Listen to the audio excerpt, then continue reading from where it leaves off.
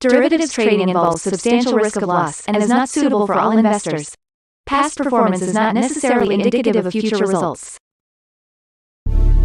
So stressful. The world's on fire. Good God. I can't look at this, guys. Like, my strategy is you buy it and you hope that you get a good spot. Yeah, but we all think you're crazy. You don't fight this. No way. The markets are freaking out and you don't think that anything is wrong? Come back tomorrow and I'll lose it all. Should be fun. Good morning, everybody. Hey, well, I gotta fix my volume here. Well, today is the stream where we spend the whole stream trying to not talk about Will Smith. So let's go into the charts here. We got some interesting action in the bonds here again. So again, on Friday, we had quite a bit of a bleh when Citigroup came out and said that the Federal Reserve is going to raise rates up to 3% this year. Then overnight, over the weekend, we had another dip, and accompanied with this was a lot of drama in the yen. So that is a little bit concerning, but now, since then, it has reverted, and we should know it is the end of the month, and we've had a lot of movement this month, so we should expect to see some pretty big flows in terms of selling stocks and buying bonds. We're moving over here to, well, you can see the flattening. So apparently, I've been looking at this. Apparently, my 2 and 10 up is flattening. The rest of them down is flattening. But I don't know what it is with the 2 and 10. It's different for some reason. CL, oil coming down. There is a lot of headlines still about the talks with Iran and that sort of a thing. So I think that's what's driving them over there. Natural gas, though, is up on highs, and it's really up there, which is not very good for Europe, right? That's very bad for the European economy. Gold and silver getting hammered pretty hard overnight on that same move in the treasuries, but then also recovering on that same move in the treasuries. Silver down a little bit more. I have to say the metals trade still looks kind of iffy. I think there are some reasons that we might see them go higher, but they're probably going to continue to be pressured to some extent. Copper struggling a little bit here Friday and this morning, but like most things, bouncing a little bit.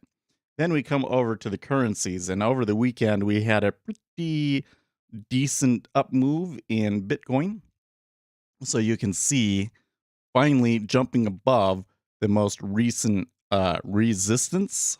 I'm seeing tether printing, all of the other things. So, this is an attempt to try and start the fire again, really. They want they've put a lot of money into advertising this, and they want their money, right? But who knows what it does? You can't really predict that. At least I can't really predict that. We come over to the 6E, or sorry, the dollar. The dollar here getting really strong because of that disaster move in the yen. I'll just show you here real quick. You can see pretty ugly stuff. We should be cautious about that one. But there's probably more to come on that front. Let me close this down. So I'm in a difficult situation. What the heck is with my shirt here today? I'm in a difficult situation because everybody's going to be talking about Will Smith. Why should I talk about Will Smith? It doesn't really meh. I don't know. I like the guy. He has a show on Disney Plus, and my 2-year-old really loved that show. So, probably shouldn't have done it. Hope that everything turns out okay for him, though. That's all I'm gonna say. We're gonna try and stay focused on financial topics here today, right? Well, I got a bunch of stuff coming through on the Twitters. Singing birds, dressing princesses, all struggling with bra clasp. What? Okay. Yeah. See, Donald Trump Jr. He's talking about Will Smith this morning. What am I supposed to do? How at low variance the log normal masquerades as the normal, an example of a distribution of height. It is not normal. It is log normal. Very good. Good. A very good observation or instance to talk about there.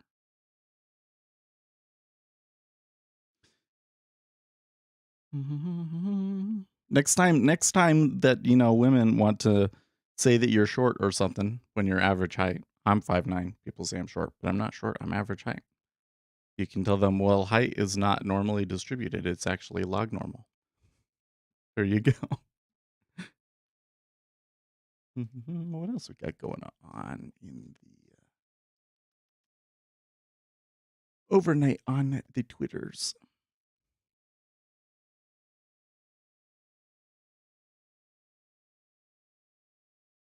Let's see here. Bitcoin just jumped $2,000 in 10 minutes. Volume jumped for that time only. Eastern Europe and Asia are asleep, but that won't stop headlines claiming that refugees are buying. And Bitfinex said it's literally one dude trading.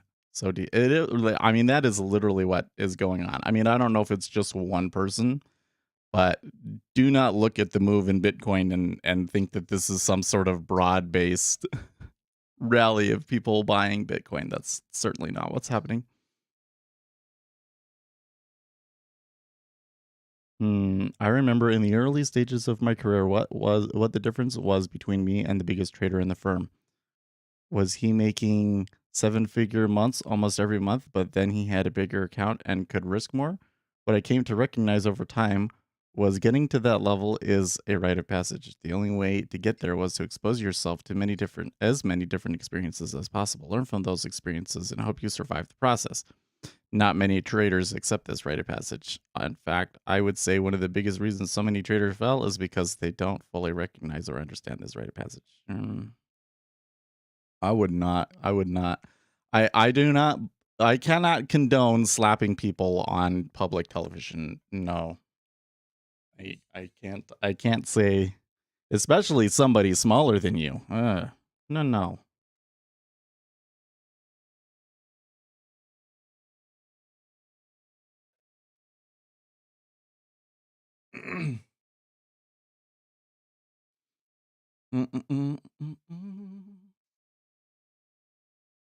This camera, I'm looking at it. It's just a little bit tilted to this way.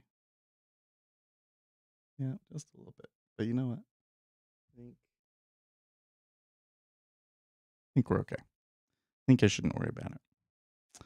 Well, I'm seeing some bullish action here in the treasury. I'm kind of wondering if I want to go short here, but 46 isn't too bad either.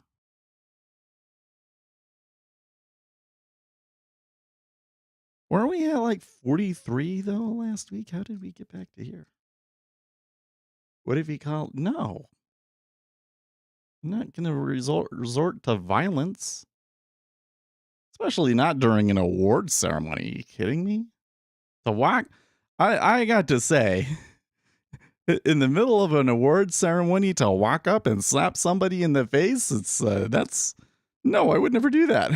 I don't think I would ever do that. Listen, I don't know. You can't really say what you would or wouldn't do if you've never been in that situation. But I've never walked up on stage and interrupted somebody before. I don't think that I ever will. Right?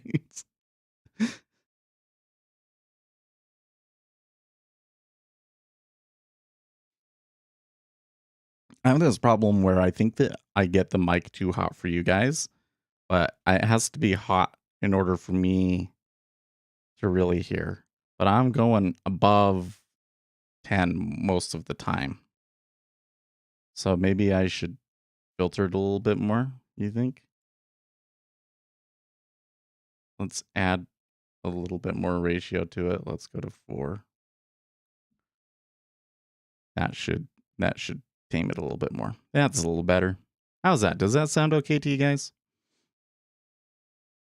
It's coming back. I don't know. But like, think about the world, man. Think about the world we are talking about if all of a sudden it is normalized to slap comedians in the face, right? That would be that's not a world I think I want to live in. I wish that people would just be kind to each other, but hey, listen, I'm pretty sure that everybody has made a joke at somebody else's expense in the past before, and maybe you regretted it later. I think that's an experience that most people experience, right? So, I don't know.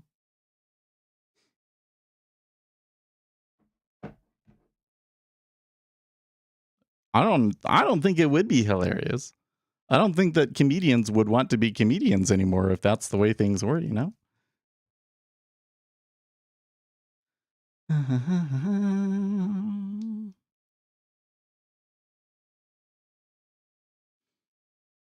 Mhm. This is pretty varied trade here.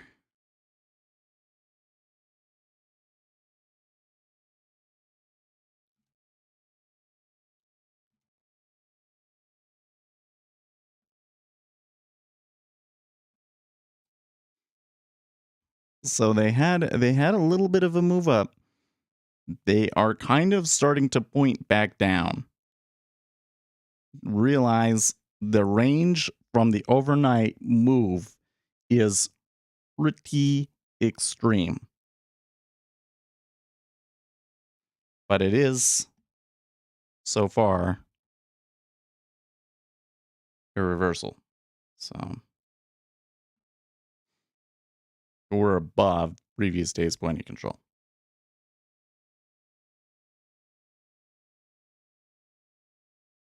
Monetize it? No, thank you.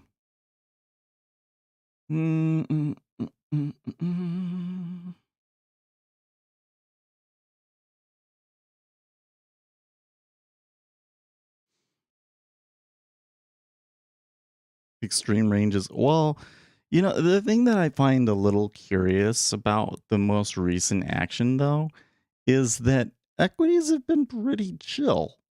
Up in, last week, equities were pretty chill. And despite the bonds just being all over.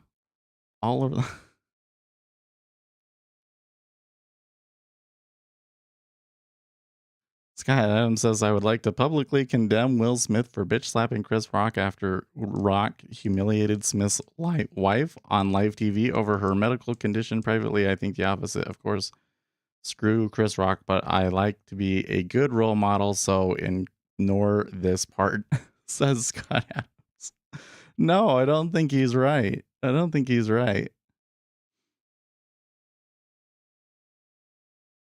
Like Chris Rock shouldn't have done it. Sure, Chris Rock is a dick too, but it's a little.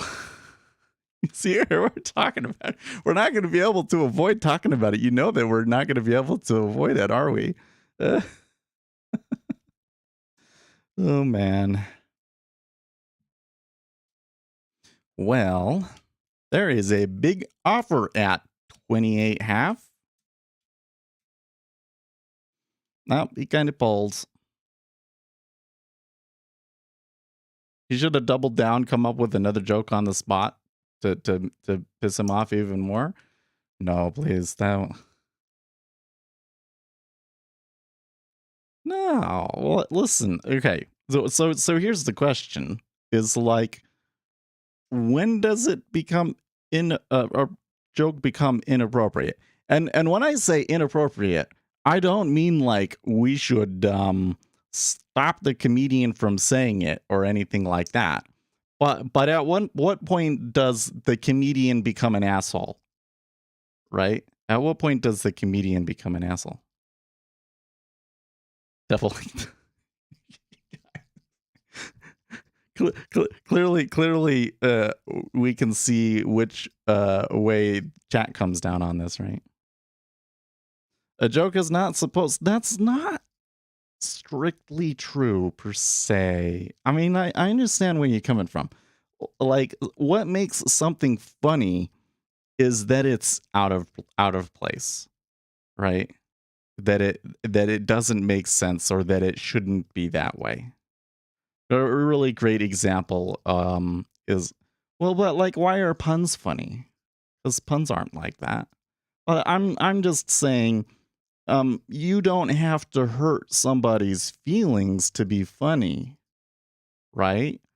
And I think in a situation like that in particular, because listen, there's all sorts of different contexts, but when you're at the Emmys and you want to be hired again, maybe they will hire Chris Rock again. I don't know. But if you want to be hired again, I think that you kind of have to toe that line where you want to make fun of the people that are in the audience, but you don't want them to be offended. You want them to think that the jokes are funny too.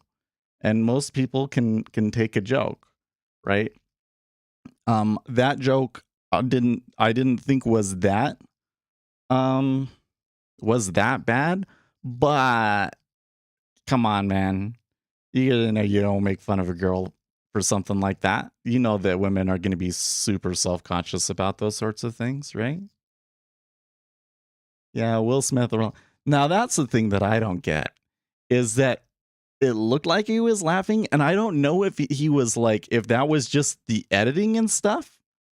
If it was just the editing, but like, he goes from laughing to walking up there and smacking him in the face is really bizarre, right? It is really bizarre. Well, there's the treasuries right back up to the high again. They were like, hey, Seth, you ready to jump on board? No, I'm terrified of it still. I watched that move on Friday happen, come out of nowhere, and I'm just trying to protect my account. That's all. Maybe we could sell it. I don't know. Not so sure that 2.45 is a great place to sell it, but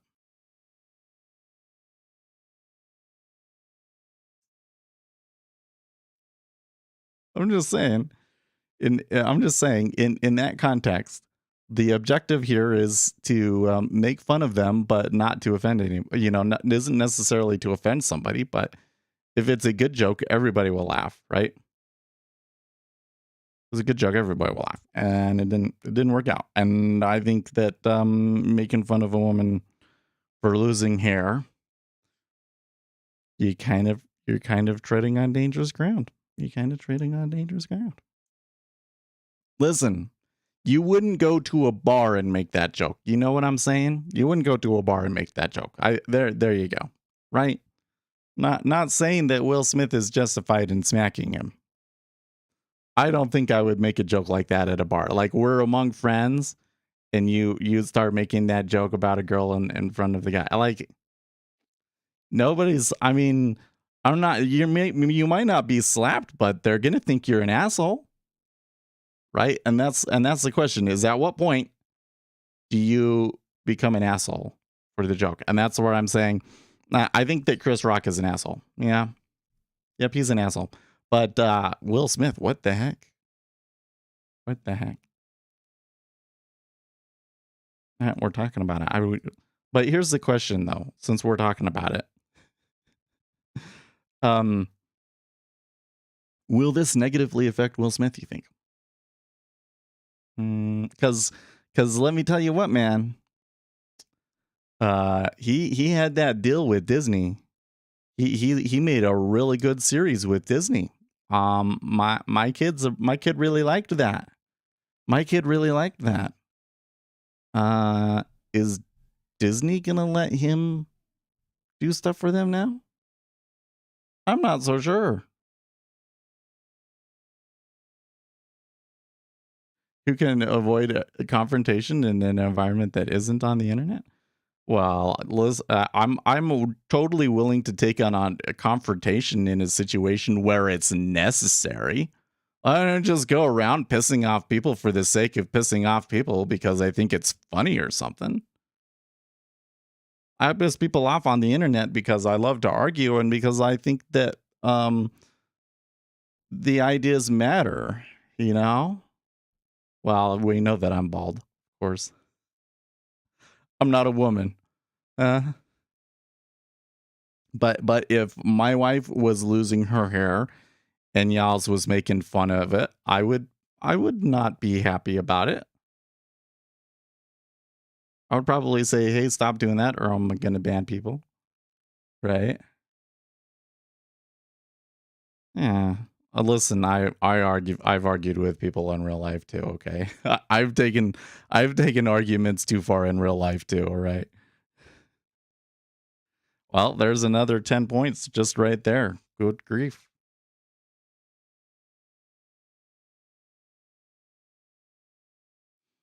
Confrontation is best done subversively, but you would think Chris Rock probably thought that it was being, I don't think there was any way that Chris Rock thought that Will Smith was going to come up and punch him in the face afterwards.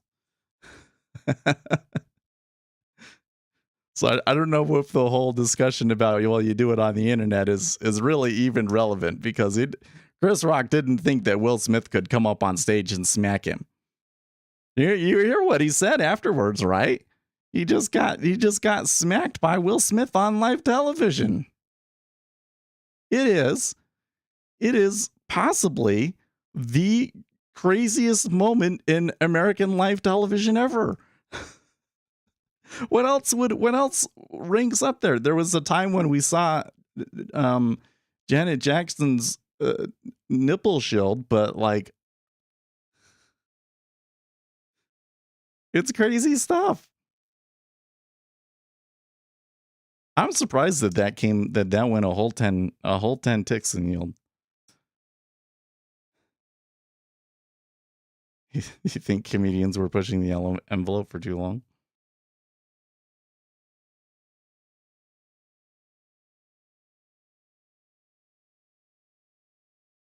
You laugh about the fact that you're probably going to die of lung cancer.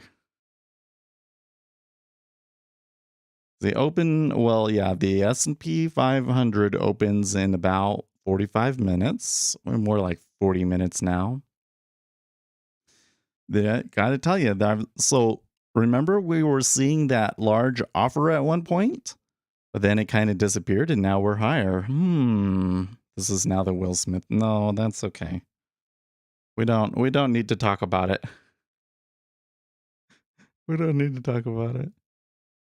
You know what? You guys didn't even bring up the things about it that I thought that people would bring up.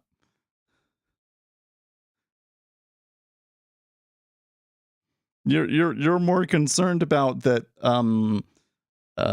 comedians should be able to be assholes without any repercussions, which I don't think that we should be canceling comedians or punishing them or assaulting them for saying things. But I do think that if you're a comedian, hey, listen, carefully think about what you say and ask yourself, is it really worth it? Should I really be saying this? Does society really benefit from this joke? Okay. Like, okay, so there's this, there used to be this thing that there used to be the court jester, right? And the court jester was supposed to just make fun of the king and, kind of inject like, okay, that's where it's beneficial to society, right? Is to get us to recognize the truth when sometimes we don't want to see it, right? Right? That's where it's important. And I'm just asking, does society benefit from you making fun of a woman losing her hair? I'm just saying. Chris Rock is old news. Yeah, it's true. He has been kind of an asshole for a while. This isn't the first time that he's gotten on somebody's bad side, isn't it? Will Smith is a dinosaur with an insane temper. Does he really have an insane temper? He doesn't seem all comedy should benefit society. I'm just asking you to Analyze the risks and rewards to what you say. That's all I'm saying.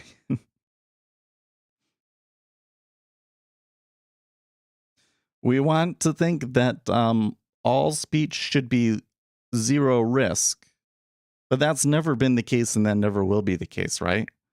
We should be free from risk of the government. I think that I don't think that what we should say should affect, your ability to make ends meet. That's kind of stepping over a line. But what you say is still going to affect people's opinions of you, right? And I'm just saying don't be an asshole. That's what I'm saying.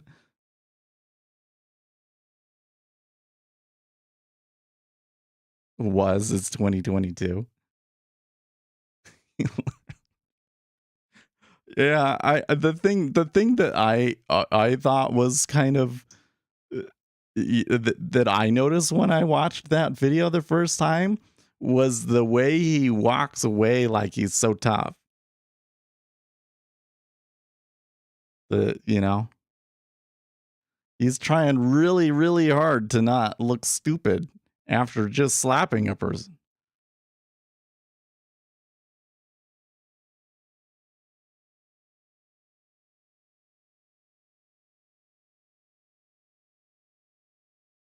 No, I'm not saying that it was a no no no no no no no no no no no. You are straw manning what I said now.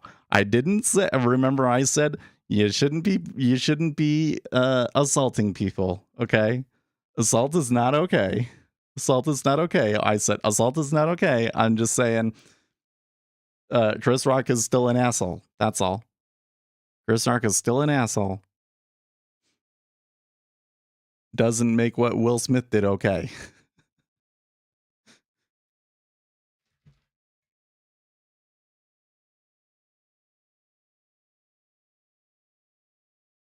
I'm getting some like Russia headlines and stuff.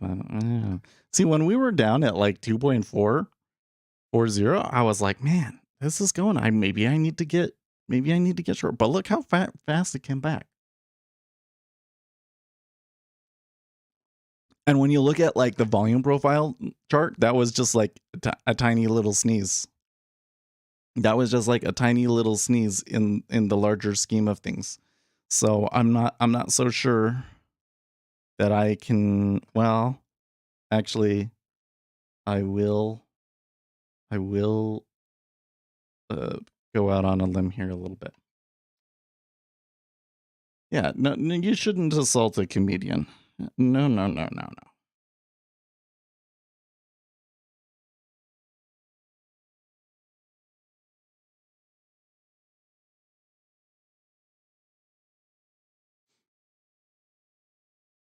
You're done talking about.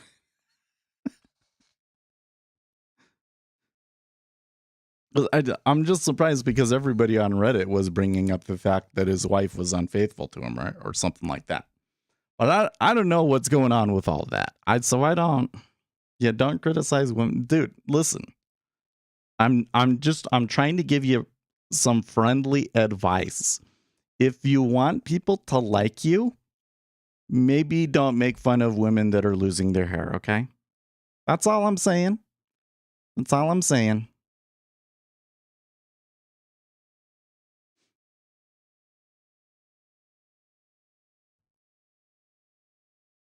Hmm.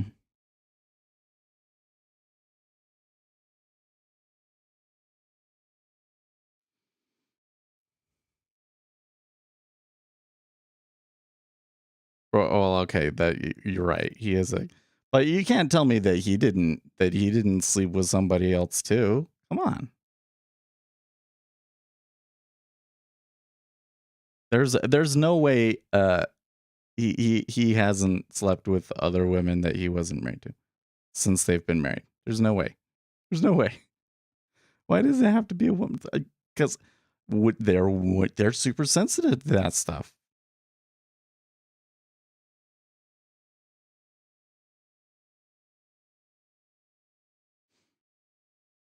Like listen. Okay, you're at a club, you're at a social situation, and you meet some woman and she has, buzzed hair, don't make fun of it. Okay. I would recommend that you not make fun of it. It is probably better for you socially to not make fun of it. Fair enough. Fair enough. Okay.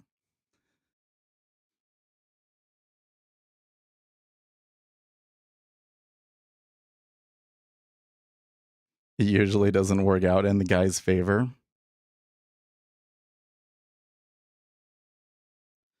Well, I'm trying to, here's the thing. We'll talk about social issues here on the stream from time to time. And kind of one of the questions is like, where do we benefit it? How does it relate to trading per se, right? Because a lot of that discussion, the reason why I allow that discussion is because part of trading is understanding where society is going, right? And understanding what people tend to do and how they're feeling about things and stuff like that, right? There is a lot of, in modern society, there is a lot of question the status quo. I mean, that's the American thing, right? And so there are some people out there that they're going to question the status quo wherever the status quo is found. And that includes in the arena of marriage. And uh, well, when I think about that sort of thing, it's say, well, okay, why did it become that way? Because supposedly, based on archaeological evidence, it wasn't always that way. And I'm just telling you, I'm pretty sure that it got that way because people hundreds and thousands of years ago had bad experiences. and so they set the rules up because that was the way that they felt was the best for everybody. And yeah, so I kind of see where you're going. Yeah, when you do that sort of a thing and you're a public celebrity, seems to not work in your favor, does it? Does it? It's good to question the status quo. Especially if you're going to be a trader, man. You've got to be somebody that's willing to come in and say, "Well, everybody does this, but what if I did this?" Right? Totally, totally. But you also need to have any time that you're doing that sort of a thing, you've got to ask yourself, why is it that way though? Because there's probably good reasons why it's that way. And if I'm going to change it, I need to have really good reasons to change it. Right?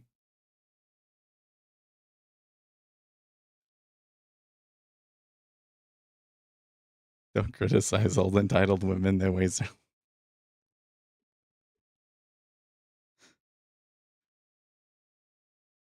Guys, I'm a little concerned about you guys now that all of my stream is going to go out and become social rejects because they don't know how to not be an asshole.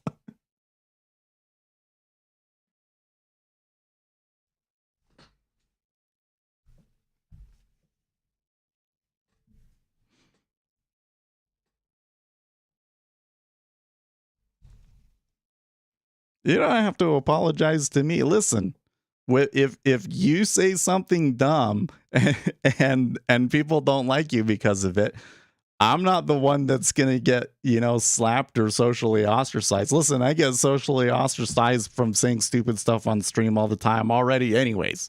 So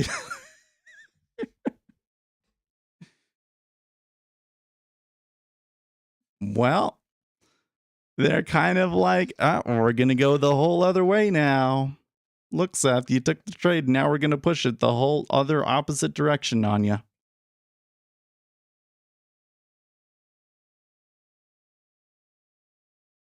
CME Group announces launch of micro-sized Bitcoin and Ether options. Yeah, that happened. Are those like binary daily ones or just the tiny ones?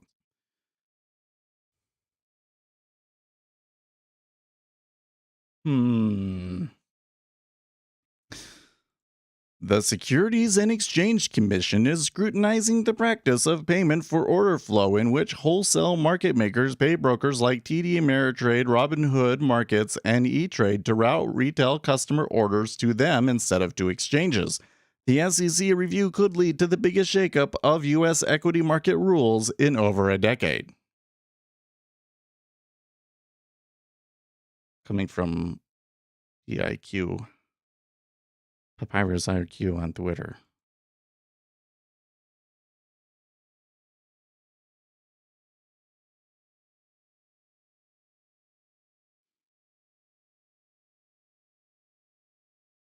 You can't talk about context and then ignore the fact that it's a professional comedian on stage. But okay, but again, I'm not buying the argument that you can get on stage and say anything that you want, and it's not okay for anybody to say you're an asshole. That's the argument that it's not okay to punch people. It's not okay to punch people, but you could make a joke on stage that makes people think you're an asshole. Yeah, that could happen, right? That could happen. And I'm just saying, I think that Chris Rock is an asshole, and I would advise you to not be an asshole.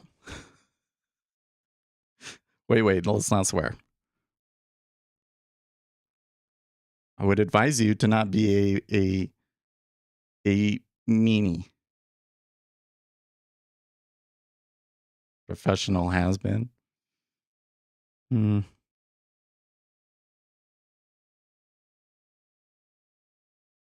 going to bet that it hurts Will Smith's career and helps Chris Rock's. Probably, yeah. But we'll see.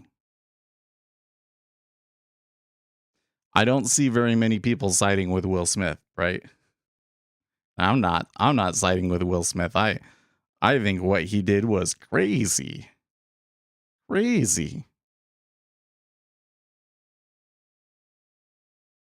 Like I said, I just can't imagine, no matter what the situation was, feeling compelled to get up and come on stage, you know?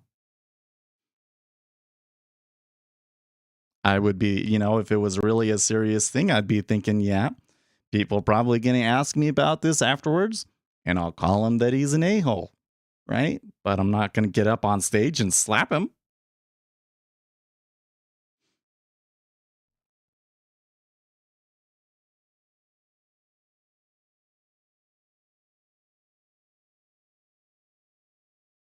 Well, sure, if Will and Jada had just laughed about it, and then probably nobody would have even remembered it. Like, that's the crazy thing.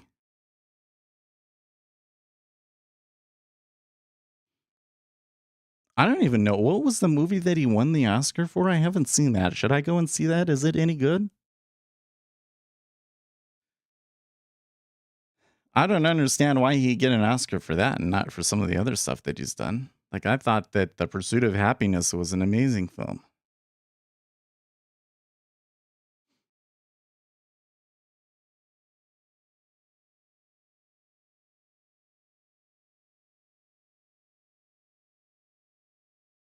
Anyways, but now that Will Smith said something, like, this is all the internet is going to talk about today.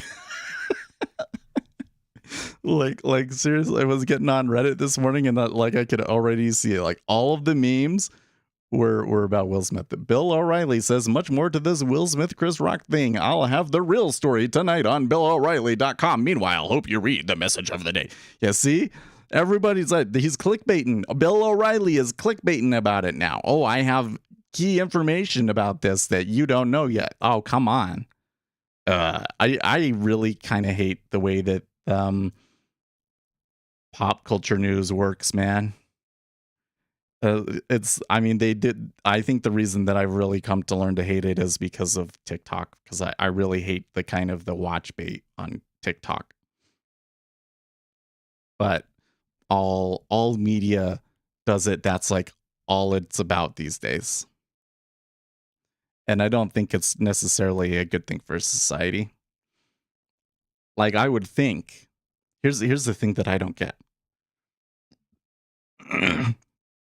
It seems to me that seeing that all the time would make you desensitized, would be like, oh yeah, they always clickbait. I've read 1,000 articles where they make a headline and they make some claim or something, and then I go and I read the article and it's not as extravagant as they claim, right? That's what I would think would be the effect of that. But it seems to me that that's not what happens. It seems to me that it actually makes people even more susceptible to it. Like, it programs them to be even more susceptible, that they start to look for that as to the thing that they want to watch or consume. What's with that? Like, it very much happens in the whole thing with gurus. I mean, I think that this is kind of tapping into another logical or cognitive bias that people have, but like, we way overvalue people that appear to be confident about something. So if somebody comes out and says something, makes this dire prediction about the economy, then they think, oh, this guy is confident, he must be an expert. And then if he actually ends up being right, then he really does become an expert, or at least he's treated as an expert, even though he probably just got lucky that one time. And meanwhile, a real expert is not going to act as confident, because a real expert knows that it's really crazy hard to predict what financial markets are going to do. And a real expert will try and give you more nuance, try and tell you what the different, factors or forces in the market are at that time, and try out different scenarios about how it could perhaps play out. And people interpret that as not being confident. So the person that's confident but it isn't actually an expert ends up getting the attention, right? And we have like trained ourselves to search for that as we look for experts, and that's how you get all of these crazy fake gurus that basically the only reason that they became rich and famous was from selling courses to become successful, not actually from being successful or from helping their followers become successful. That's the thing that really, if you were like, you set up a program and like 80% of the people that you taught ended up becoming massively successful too, then that would be like a different thing, right? But when you taught like thousands of people and like maybe one or two of them got lucky, like, you're not an expert, you're just a leech, right? But that's what people gravitate to. The argument that the whole thing wasn't staged isn't outside the realm of possibility. Yeah, it could be staged, but I think it's highly unlikely at this point. And just watch. Like, here's the thing. Here's the headline that I would look for. Okay, Disney Plus drops Will Smith. Yada yada yada. Right. That's the headline you should be looking for, because if anybody is likely to drop Will Smith over something like that, it's Disney. Right.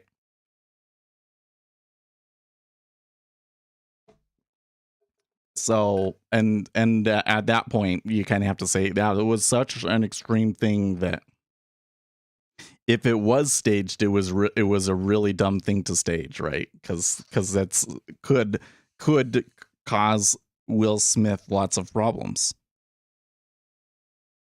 You hope Disney drops him.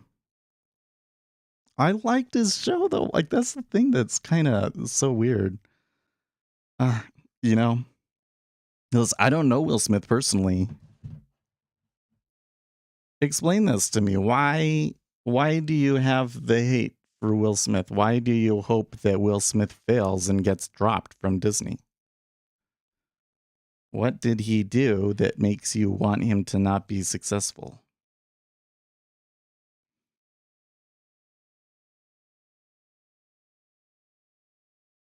Tell you what, we've been rotating around this 27 now for a long time. Okay, because of his actions, but obviously I was kind of asking what was it that he did specifically that is deserving of. He showed he's not a good role model for children. Well, I mean, that's going to be the argument, isn't it? So now that he did that, that's going to be the argument. He's not a good role model for children, because that's the thing. That's where I'm feeling is that when I enjoyed the Fresh Prince of Bel Air as a TV show. I thought that was a great TV show, and he had a TV series on Netflix, and I didn't watch too much of it. I was a little bored, but my 2-year-old thought that series was absolutely great. I have not seen my 2-year-old pay attention to something like that for such a long time. Like, the only other thing that's been able to keep his interest quite like that series did was like Coco Melon, and that was only like a year ago, and then and maybe Cars for a while, but so he made some good content here, and then he goes and he does something like that. Like, come on, Will. You could have been like, a family, just make feel good family stuff or whatever. But you had to go and be dumb. You had to go and be dumb. Sean, you see, now this is the other thing that I think is so dumb is like, okay, so here's Sean Hannity on Twitter. Fresh Prince, watch a furious Will Smith smack Chris Rock across the face at Oscar's joke about wife. So he doesn't have anything new to add. Sean, we all know, we all saw it already. Anybody hadn't seen that already? Well, I guess maybe some of Sean's audience really does live under a rock like that. They're not on the internet like that, but come on. Everybody saw it. You're all clickbaiting. I don't want to. This is why I didn't want to be talking about it, because I don't want to. Like, if I put Will Smith in the title of this YouTube video, it would probably get watched less, because so many other more authoritative channels on the topic of celebrity gossip will be talking about that, and you're not going to rank very high in the results for it. So nobody's going to see it, right? Nobody's going to see it. Watching slowed down close up, I don't. So again, where I think that the staged theory falls apart is like motivation. So the motivation would be it gives you publicity and things like that, but this is the kind of publicity that will ruin your career. I mean, really, I don't think we realize, guys, this is the craziest thing to ever happen on live television. I'm pretty sure this is the craziest thing to ever happen on live television. Well, both in terms of like how crazy it was, and in terms of how much widespread press it's going to get. This is going to be the only thing that the internet is talking about today.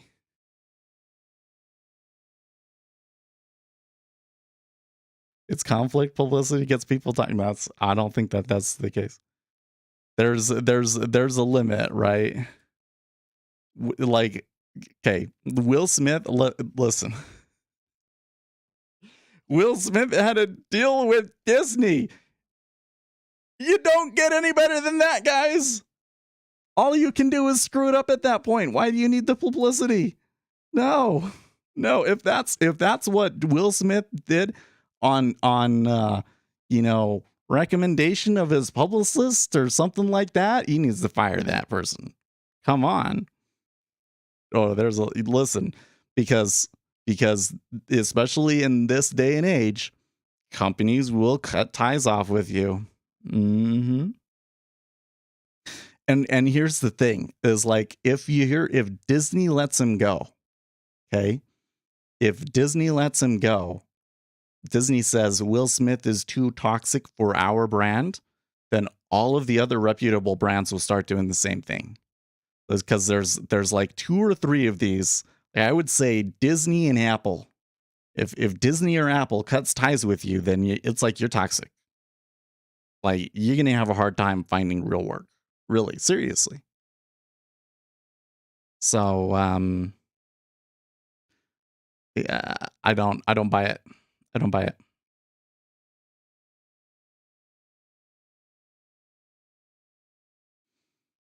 XRP pops 1% after spokesperson says Ukraine ready to talk about conceding Donbass to preserve peace in Ukraine. And that's why Ripple is moving what? Most people make bad decisions because they are so certain that they're right that they don't allow themselves to see the better alternatives that exist. That's totally right. I think that that's almost always the case every time that I make a bad decision. I can think about all of the worst trades that I've made in the past 3 weeks, and I think that they were all like that. Where it was like, oh yeah, I should just go short interest rates. Oh, but actually, what if there's actually demand at the auction? Oops. Wasn't that I was wrong. It's that I just didn't I didn't allow myself to see the better alternatives that exist. Wait until after the auction and then short it.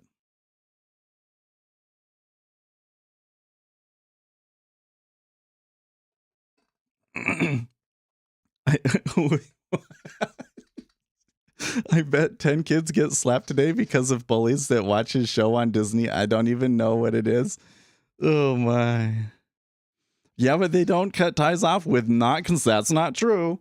Go and ask Kevin Spacey. Okay. Of course, what Kevin Spacey did was way, way, way worse. They cut, there has been liberal celebrities have been cut off too. Probably just as many. The difference is that conservative celebrities get cut off just for their political opinions, not for bad behavior, right?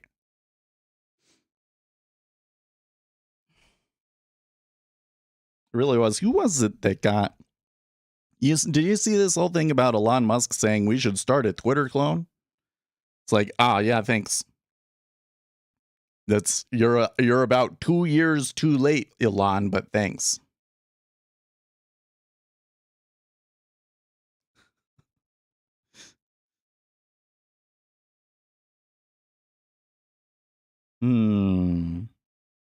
Okay, so we saw a little bit of a lurch lower, and then they've come back into the balance area. The 27 is still kind of acting as an area of low liquidity, as is the 27.5, maybe a little bit. So I think that we still have a situation where this could turn and the treasuries move higher.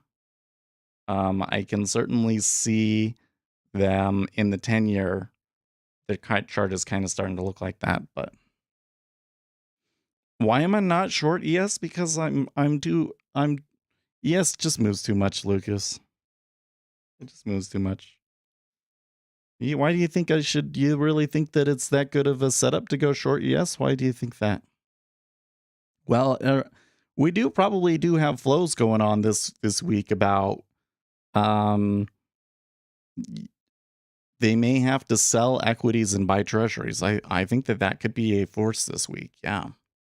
What about MES? No, like, but that was the thing, is that like with MES, when we're moving 20, like 80 points a day, that's a couple $100.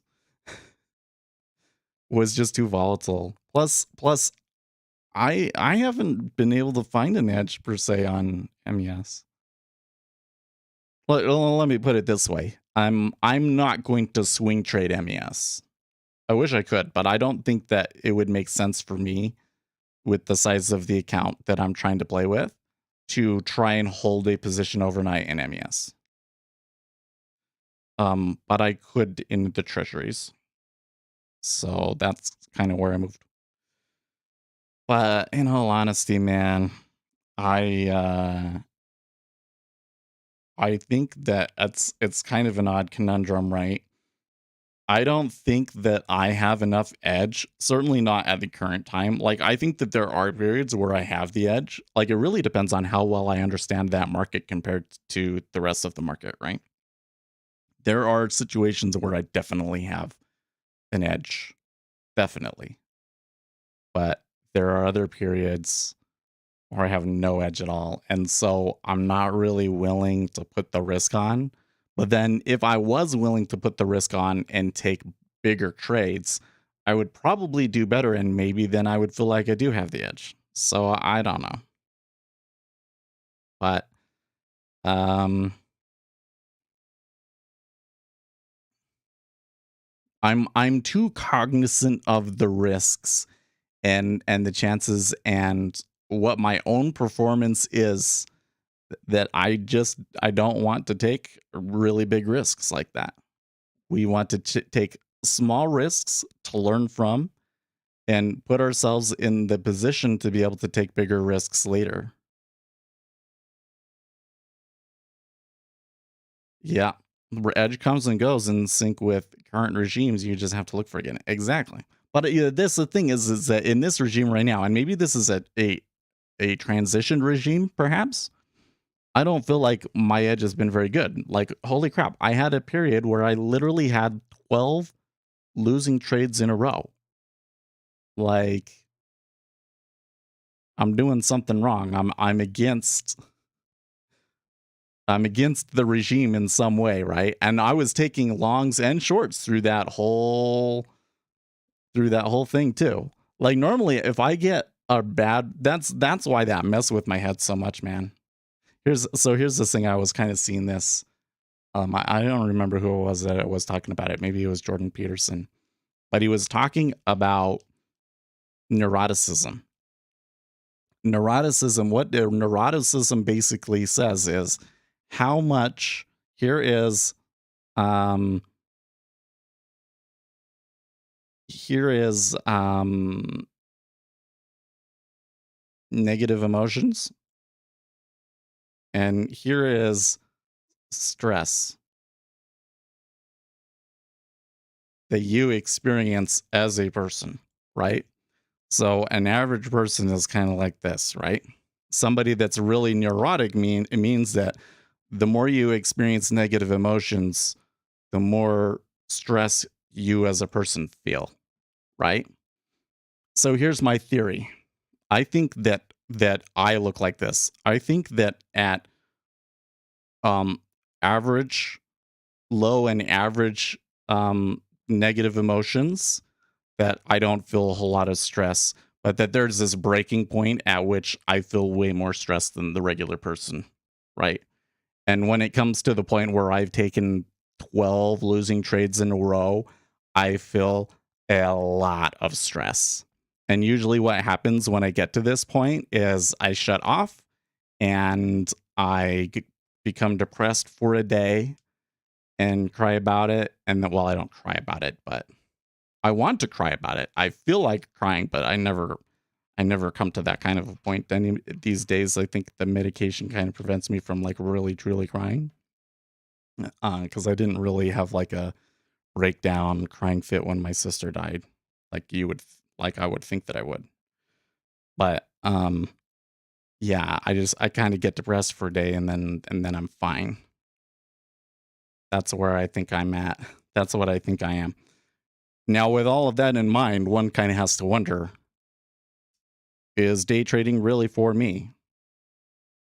I don't know. I don't know. Maybe there are some things about me that means that make that's going to make it hard for me to be successful long term.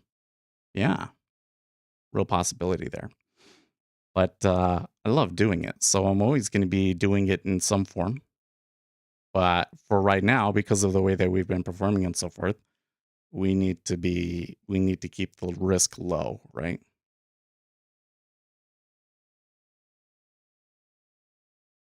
Used to be a time when my heart would pound when I'd just get into a trade. Now I'm dead inside.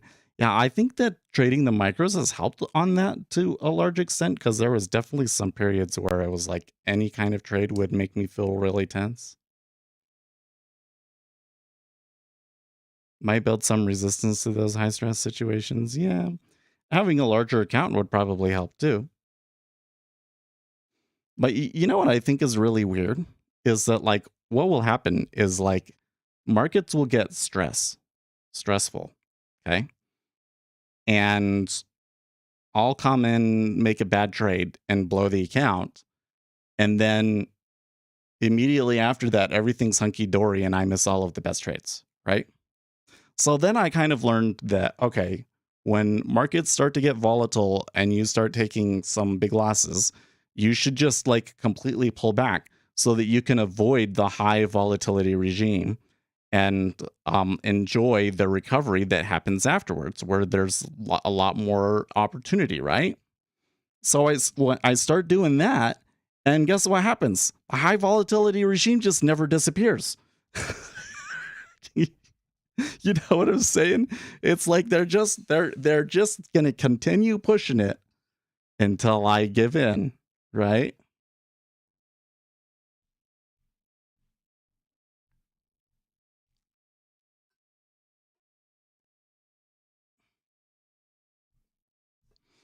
Well, we had a little bit of that up movement, but that it's come back. So far, Treasuries not giving us much of a sign about what they're going to do at all. S&P 500 about to open up here, maybe kind of hinting that they want to go long, but we'll see. No, I think that the Treasury is where we got to learn to do it.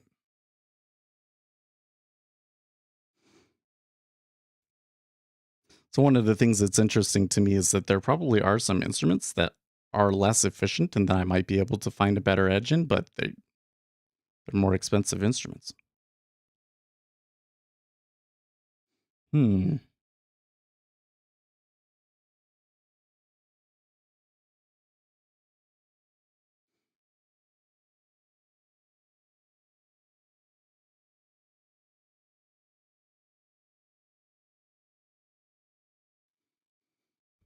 Well, here's 24 in ZB. That's kind of the bottom end of the range for the ZB. So we'll kind of see where we move from here. Oh, there was a decent little 2 or 3 ticks up there. CES first impulse was long, but not much volume on it. And now you're seeing a little bit of selling. We'll see if they start pushing it below this, to this new low. Yeah, maybe equities might start to get a little unhappy.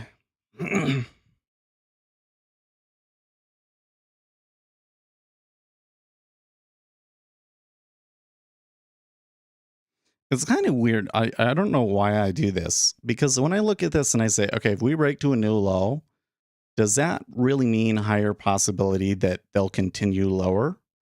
Because I've never been able to find any kind of stats that say that. And yet I'm almost no doubt in my mind that there would be a change in sentiment if we were to break the low here. Yeah, Jim Cramer said on Friday the bear market is over, so if equities crater another 1,000 points, I won't be surprised. Well, this is this. So here's the crazy thing, or not? Is it crazy? Think about this for a second. Markets are not informationally efficient. So we have a week like last week, the S&P 500 is up. Does that mean that the market likes the current economic conditions, or that they think everything is okay and everything? Well, if markets are not informationally efficient, then we can't make that assumption, because the markets could be wrong, or it could change later. So in that kind of a situation, how can you ever know anything? Because the market could disagree with you and be wrong, or you could be wrong. And how do you know which one is which? You can't know.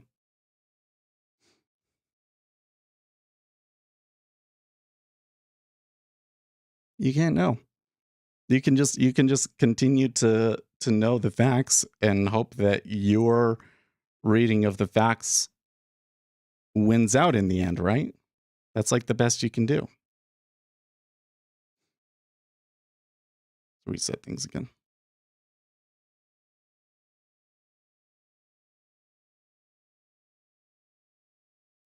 You don't. That's why this is a dangerous activity. Yeah. Once, like again, the whole thing is like the market not being informationally efficient, but very statistically efficient. It really is like the deep secret to understanding markets and why they do what they do. But it is not the revelation that we want it to be, because what happens is once we understand the way that the market really behaves, it kind of just says, well, yeah, what we're doing is really dumb.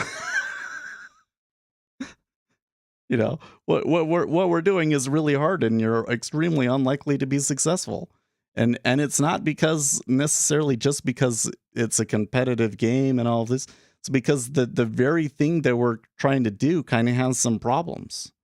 So the market's not informationally efficient. You have to predict future orders, and how do you do that? If the markets are very statistically efficient, right? How do you do that in a competitive way? Is a real challenge, a real challenge. And it's a challenge that when you really start to think about it and understand the industry, the whole industry, like especially the banks and the brokers and stuff, are all set up to avoid having to make that call because they can't do it. So you're really trying to do something that nobody really knows how to do consistently. Well, maybe somebody knows how to do consistently, but there's not like research that says if you do X, Y, and Z thing, and then you're likely to be successful at this, right? You're doing something that hardly anybody does successfully. And there's a reason that hardly anybody does it successfully because that's literally the game. Yeah. Are you aware of any stats that show successful traders that deal with information we know around 95% of traders fail? Would you bet way less would fail if they traded information instead of technicals? I I personally believe that if traders were better educated on the true nature of the market, that the failure rate for day traders would probably be lower. Yes. I think that instead of 95%, it should be more like 70%. 60-70% fail. I think that there should be a lot more traders though that are just kind of like break even. Like I think that if you take what I talk about on this channel, you watch all of my videos and kind of take it all to heart and practice really hard, that almost everybody should be able to get themselves to break even. I really think so. But finding that extra little edge that gets you consistently profitable, and really consistently profitable to the degree at which I want to be consistently profitable, super hard. Maybe it's just not possible. That's kind of why I've been thinking like, well, we know a lot of stuff. That doesn't necessarily make us successful on a scalping level. Maybe we really would need to have no robots around to really be successful doing that. Maybe we need to broaden our horizons a little bit. We need to start looking at CTA strategies. We need to be looking at just investing in individual stocks a little bit more and that sort of a thing, right? But we kind of always wanted to branch the channel out anyways, right? Although right now, the focus for me is on the machine learning. I've learned a lot about machine learning, and it is a very, very interesting topic. I all I can say is it's a very interesting topic. Okay, well, equities did kind of have that push lower, and then they came all the way to the other side and they pushed a higher high. But the treasuries since then have continued higher. So you're up this year? Well, good. If you're trading treasuries, I hope that you caught some of that. I'm really mad at the way that I played this. I really wish that I had just said, let's just swing and just go short here. And that I had waited, the periods where I thought about going short, that I had waited for a really big rush of buys first before I did it, like one of those days where the auctions were really crazy and led to a really strong, bear market rally of sorts. Cyrillax says, I see too many people on social media claiming to make gains from the markets for the 95% stat to be true. My focus as a scalper is about market microstructure. I want to learn. Absolutely, Lucas. Hey, have you read that book that I tell you guys about? The Trades, Quotes, and Prices, Markets Under the Microscope? Because that is such an amazing book. You know what's I find really challenging is that it's not that. That is precisely the field the industry is most secretive about. It's not that. I actually have a weird theory. Well, I think there's two parts to that. One part is that there are wide portions of the industry that don't care or believe. So there's a lot of these fund managers really do believe that the market is informationally efficient largely. They don't this inelastic market hypothesis. I a lot of these so the part of the reason why archive.org exists is because some papers weren't getting published in journal that were significant papers. And pretty much anybody can go and try and put something on archive and get it reviewed, right? So this weekend I found an article on archive, was recently posted in the last week, where this guy used a neural network on a collection of technical and order flow indicators in the silver market on the Shanghai exchange. And over a 2-year period, they got a Sharp of 1.4, which, I don't think that that's a large enough test period, but over 2 years still, that's like a really impressive results, right? But then the question was like, okay, but which of those things did the model actually end up finding were most explanative, that it was using the most? And he didn't say, so I emailed him about that. We'll see if he responds. I hope he responds. He's in China, so I don't know if he'll really respond. But anyways, so there's that side of it. But then the other side of it is that this is just really complicated stuff. Like the Trades, Quotes, and Prices, Markets Under the Microscope book, that is a book you would use for a university graduate level course. Like, seriously, that's like a graduate level course. The stuff that I'm getting into, so I have a book written by Dixon. He's a really knowledgeable person in the area of machine learning and finance. Probably him and Halperin are probably the most authoritative on that subject. And this book, it's a graduate level book. Like, they're going through statistics and stuff like that I have a hard time keeping up with, just like their math notation. Like, it's super hard. It's a graduate level course. And for somebody like me to get through that material, you basically have to go through and read it with the assumption that that you're not going to understand it all at first, and that through just years and years of grinding over that content over and over again, you figure it out. And that was definitely the case with Trades, Quotes, and Prices. Is like, I read it one time and I think I understand it. And then as I started to get into it and go into the content more and more and stuff, I started to realize how truly explanative it was of why the market behaves the way that it does, And so that's really what it comes down to is, I think that the finance industry would love to have more people that understands this. I think the society would benefit greatly from more people understanding this, because there are laws and some of the ways that our society works that this information suggests we could do much more efficiently, let's say. So it would be good for a lot of people to know it. But the reality is that it is very difficult content. It is extremely esoteric and specific to what we are doing. And so the audience for it isn't very large.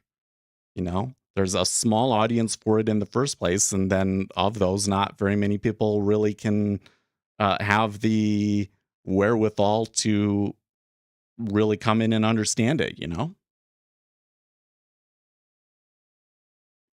That's where I keep thinking, it seems to me like I have some valuable knowledge that would be valuable to larger institutions, but I'm just not sure what the relationship that I need to build to be able to leverage that knowledge, you know? But how much do we really know about true market microstructure? That is information that is proprietary to the exchanges and precisely the field HFT firms operate in as their secretive AI.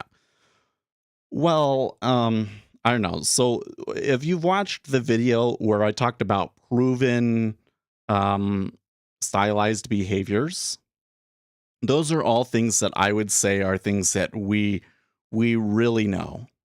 Things that we really know.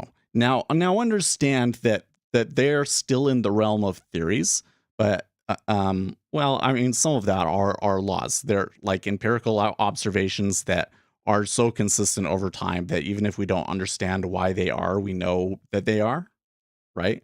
There are some laws in there.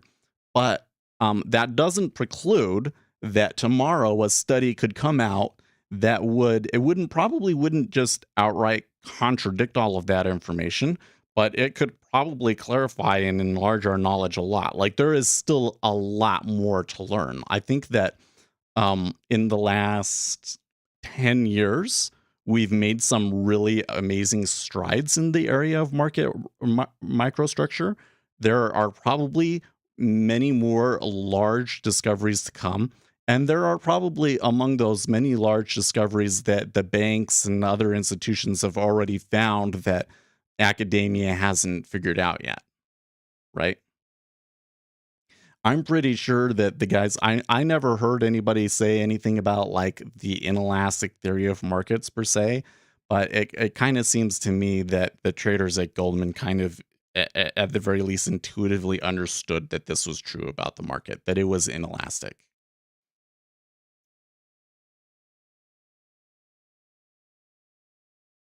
Yesterday, I was looking at an online university course about market microstructure, and it was basic and stupid. And things like spread quotes looked good. Oh yeah, totally.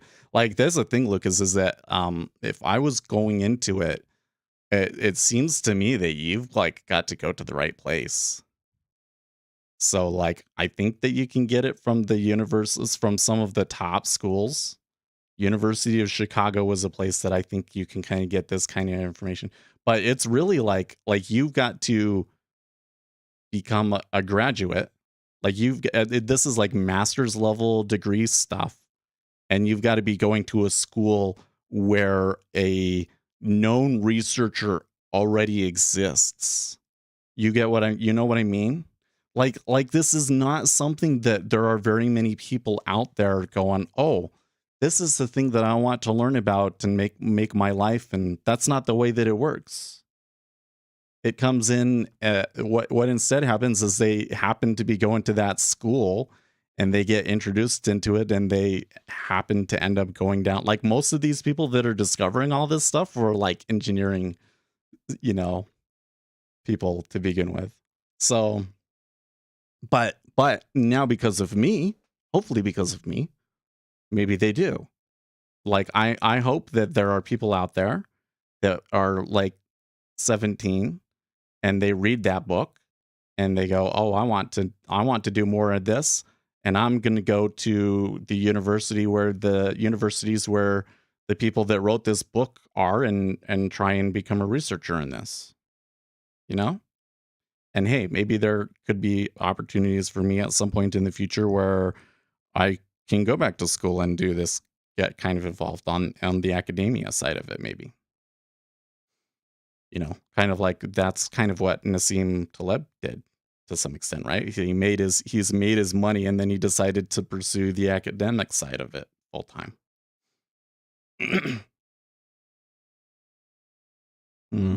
Seeing some stuff on Twitter about them saying that the Bitcoin volume just kind of disappeared, but you're not seeing it in price. S&P 500 overall seems to be looking okay. Maybe they pull a bull run out of this.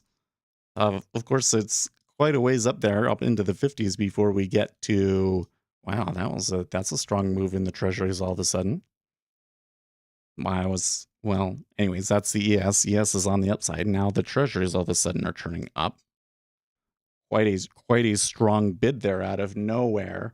And I don't see much correlation or reason for it, but it could just be that there is a general overall bid in treasuries because of end of month rebalancing, and that was just kind of where things kind of broke for them. If that's the case, I would expect that we should see new highs shortly, followed by another period probably of, not really going anywhere.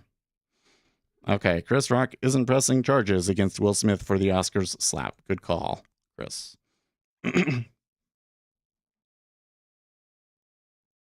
TA slaps the Chris Rock out of whatever you're trying to do? Not really. Well, okay, so you say we want to be profitable traders, not researchers, right, guys? Here's the thing that you got to understand. Like, here's the thing that's crazy about it. And this is one of the things that I think is really crazy. Like when you start to think about this, and then you look at the way that things are in the retail world, it really makes you wonder. These researchers, usually what ends up happening is they either get hired by a bank or they go and they start their own firms. So the guy that I've interacted with the most and that I really, really admire, like, my kind of thinking on like who I look up to in the industry has changed the most, and it has definitely shifted towards Jean-Philippe Bouchot. And I just eat up everything that he says on LinkedIn. I just love the stuff that I've seen from him on LinkedIn. Okay. He co-founded one of the most successful algorithmic CTA firms in the world, Capital Fund Management. Think about it. The name of it is Capital Fund Management. Like that's like a pretty bland. When you get a name that's that bland, you know that like they're one of the biggest players in that sort of a thing. You know what I mean? And they do, like, for 5-year returns and the amount of money that they manage, they're one of the best. They get all of these awards for hedge fund performance and stuff like that. Like this guy, he's a researcher, but he's making big bucks from it. He's making big bucks from it. Right? So these are the people that are like really truly having success in our arena. And then you kind of go back and you look at, well, who do we like look up to the most and is the most famous for in the retail trading arena? And why is it those people and not Jean-Philippe? Because he is making money from it.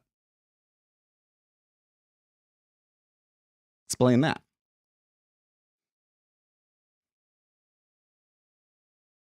Hedge funds underperform, but this hedge fund has very good performance. Most hedge funds do underperform their market, though. That's true. What's going on with the liquidity in the 10-year? I don't know.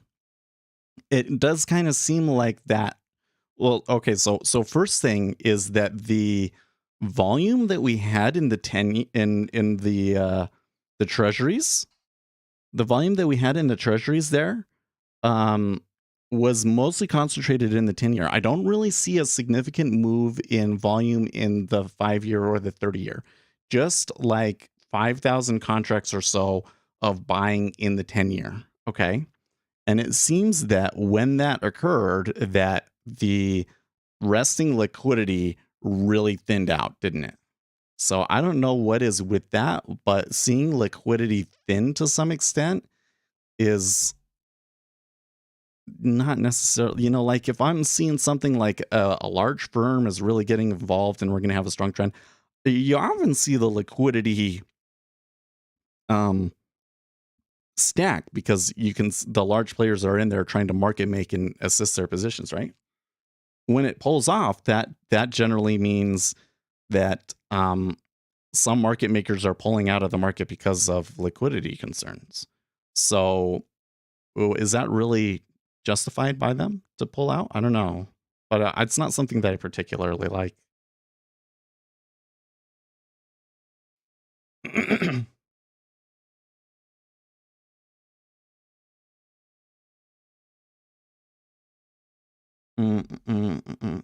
I'd rather be a profitable retail trader and make millions. But who does that? Like, I'm telling you, man. Like of the people, the number of retail traders that over like a 10-year time period are really making money, there's like really a handful of them, and that continue to make money to this day and that are making millions. I don't know if they're actually out there. Because a lot the people that we look up to, like here's the thing that's funny is that as a retail trader, you're probably better off looking for people that don't make performance claims. And generally speaking, the most popular and well-known influencers in our space do not talk about their performance. So we don't really know how much they're making, right?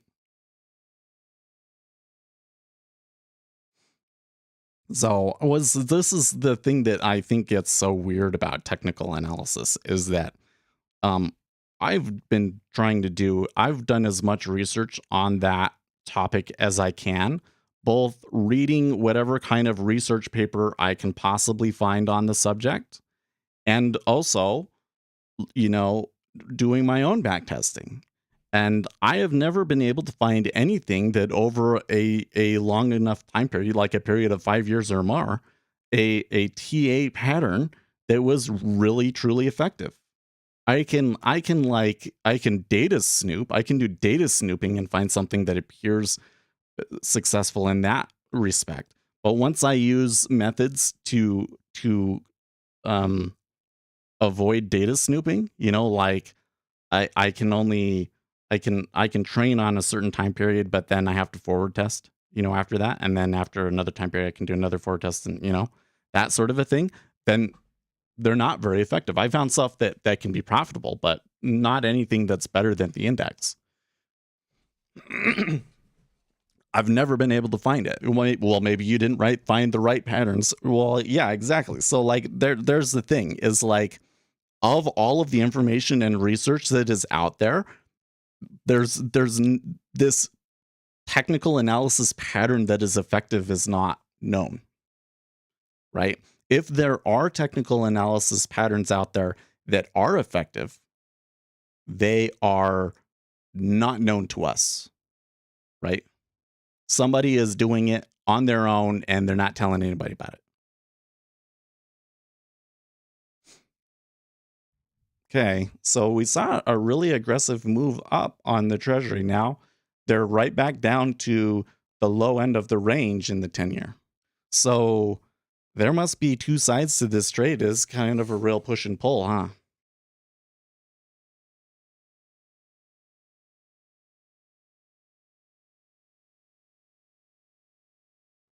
So with that all in mind, why do technical analysis traders believe in it so much?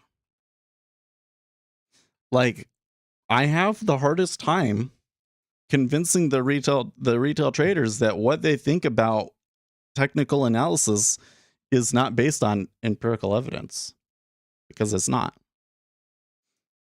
And I mean the all of the data that we have points to it's not very effective.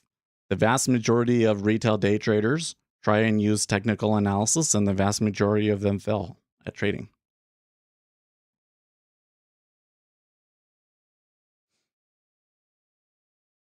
So they think that what they're trading off of. So there was an example. Somebody was having. I actually found this was one of the best discussions I had on this subject. Um, no, no, no, no. So normally I've been skipping Mondays, but this week because of the schedules and everything, I decided to come in and stream for you guys on Monday. But I think that it may be the case that I will be gone on Friday. Okay, because I'm gonna be gone next week because we're going on vacation. So next week will be the vacation week, and then hopefully I'll have my monitors video ready for you then. I didn't work on it at all this weekend. I ended up getting into machine learning in Python HE double hockey sticks. What do you think of footprint charts? I think that they can be really useful to understand what happened, but I haven't necessarily found a setup from them that predicts the future. Well, I don't want to say predicts the future, that has a positive expectancy. But it is information that I would learn about, right? Or the DOM, because I think that you can learn the DOM and you can apply that stuff to the footprint charts. In fact, I think that that's a better way of going about it, because if you learn about footprint charts, they focus more on like these unfinished auctions stuff and those sorts of things. And I'm not actually sure that those mean anything. YouTube didn't give you a notification. Well, you really have to go in and set your settings up right to really get notifications for some reason. Anyways, so this person that I said that the question was, how come options traders don't use technical analysis? And I said, well, the more empirical that your method gets, the less that you trust technical analysis, because there's not really any empirical backing to it. And this guy was saying, well, that's not the case. Here's this person. So they cited a study. And I went and I read that study, and it was an interesting study. The thing that I thought was interesting about the study was that they had developed a method, a quantitative method for detecting like head and shoulders and stuff like that. That was really interesting. And if we wanted to go and program indicators that did head and shoulders and that sort of thing, I think that would be the method that we would want to use. Okay. It was like this kernel method. Anyways, but when you look at the data that they did, essentially what they did was they said, okay, so for stocks from like 1972 to 1992, and then they looked at a certain set of stocks, and they kind of had them in categories. It was like all S&P 500 stocks and like top performers and bottom performers, right? And then they would say, okay, when this pattern occurred on the daily chart, what was like the statistical properties of, and when I mean statistical properties, I mean it was like what was the mean gain loss deviation, kurtosis, etc., skew, kurtosis, etc., right? And when I was looking at those data sheets, there was some changes. It was like a head and shoulders was like maybe a 4% thing.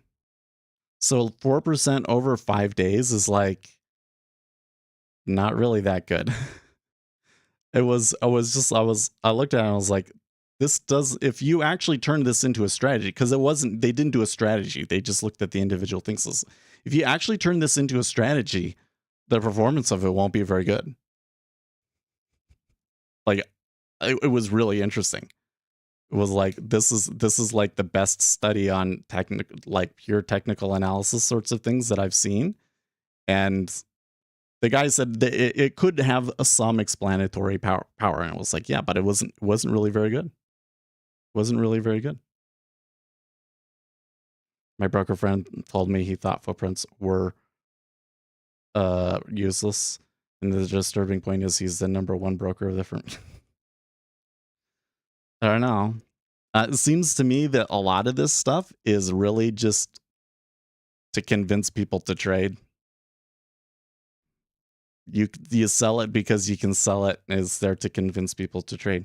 Because like that's the thing is if I went and I made a course about market microstructure and started selling that, I don't think that it would convince people to trade, because I think that a lot of what you learn about microstructure kind of makes you want to not trade. It kind of shows you why, as a retail trader, it's so difficult to be successful with it, right? Yeah. Well, I'm still seeing a decent amount of activity in the treasuries, but they basically came back to this same area around 26.5, 27, and not too much has happened yet. We'll see if they. It does look like they're going to have a little bit of a move up, so we'll see how far they get. I don't have to say that bid at 27.5 is not very encouraging. That area, it's still an area of low liquidity, so there's still a little bit of a liquidity hole there.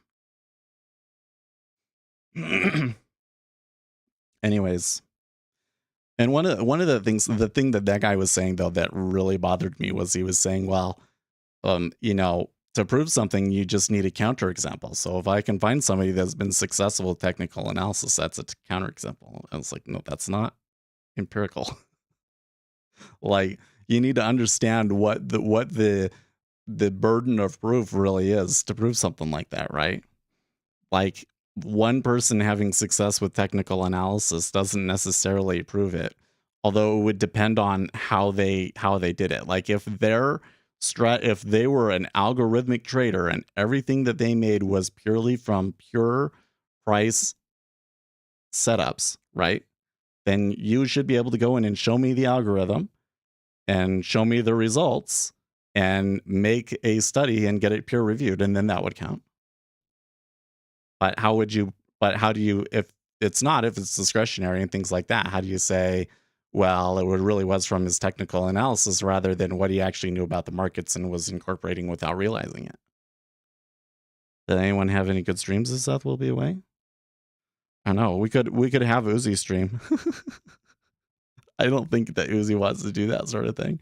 Uzi is about the only person I can think of right now that I would trust giving it to. And I just have to warn you that he might make fun of you guys and be an asshole if that were to happen. So I think we can take a week off and we'll be okay. I know that you guys are. He's like, no, I knew that you would say no. I think that what I found is that you guys are really paying attention and I'm a part of your day, and that we can leave for a week and come back and we'll be just fine. And it might take a few days for the stream to come back to normal, but that's okay. Uzi, are you profitable? Uzi has shown me some really impressive results in the past, I must say. I don't know what his like 5-year performance is. But he's shown me some pretty good trades. and he's shown me some pretty good months. Uzi says most of the time. Well, yes.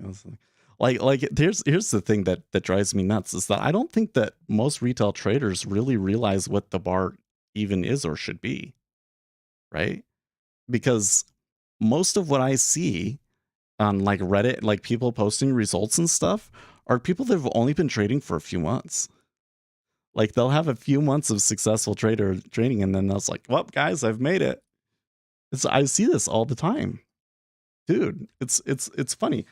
When really, like, if you were investing in a hedge fund, if you were going to invest in a hedge fund and they couldn't tell you what their 5-year rate of return is, would you invest in them?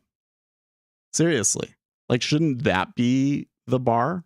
Is like your 5-year risk adjusted returns? And I say use Sharp. I know that there's problems with Sharp, but let's just have a Sharp ratio over 0.5 first. Okay, because most retail traders won't even match that. There are some people that you could have like a Sharp of like 2, and that's actually a bad thing. Okay, but ignore that for a second. If it's just over 0.5 after 5 years, then you're an amazing trader and you should start a fund, right? Otherwise, I hope you had fun, right? Because it probably would have been better for you to just put your money in the index. 2020 set you back a bit. Yeah, I remember that 2020 was pretty ugly, and I remember that time when you were telling us about it too. But you've been back on track. That's good.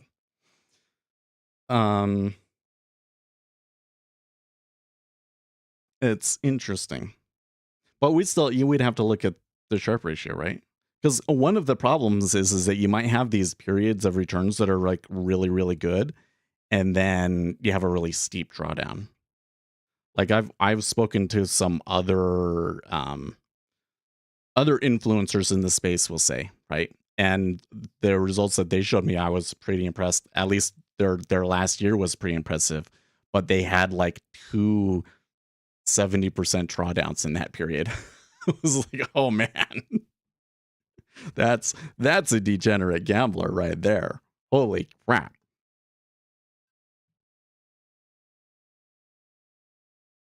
I do think there was some edge to what they were doing though, because they were looking more at gamma. So maybe next 4 years he will go broke, Uzi. Well, that's kind of where it's kind of like, where do you set the bar? Because there's this thing that like you could be profitable for a long time and then the market changes and then you're not profitable anymore. So how do you sort out when they had edge and when they didn't? And that's where I'm kind of saying that like to really show that you have a strategy that's really consistent, I really think you need 5 years. 5 years is long enough for you to have been through a couple of regime changes and prove that the thing that you're doing is a real thing in the markets, right? And then after the 5 years, let's just not discount that you could lose that edge, right? But especially when most people, they've only been trading for 1 or 2 years, and especially when the 1 or 2 years that they've been trading have all been since 2020, like, keep going. Keep going. Come back in 5 years and tell us how it went. And if it went, we should start a fund. You should start a fund, 100%. Like, quite frankly, the more I think about it, if you've been day trading for 5 years and you have a Sharpe ratio over zero 0.5, you are obligated to start a fund, I think. Like, you have real edge that could be a service to other people, and that would be beneficial to the market, and you should be lending your service to the industry, right? And I don't think that you should share it to lose your edge, but I think that you should let other people in on it. You should start a fund.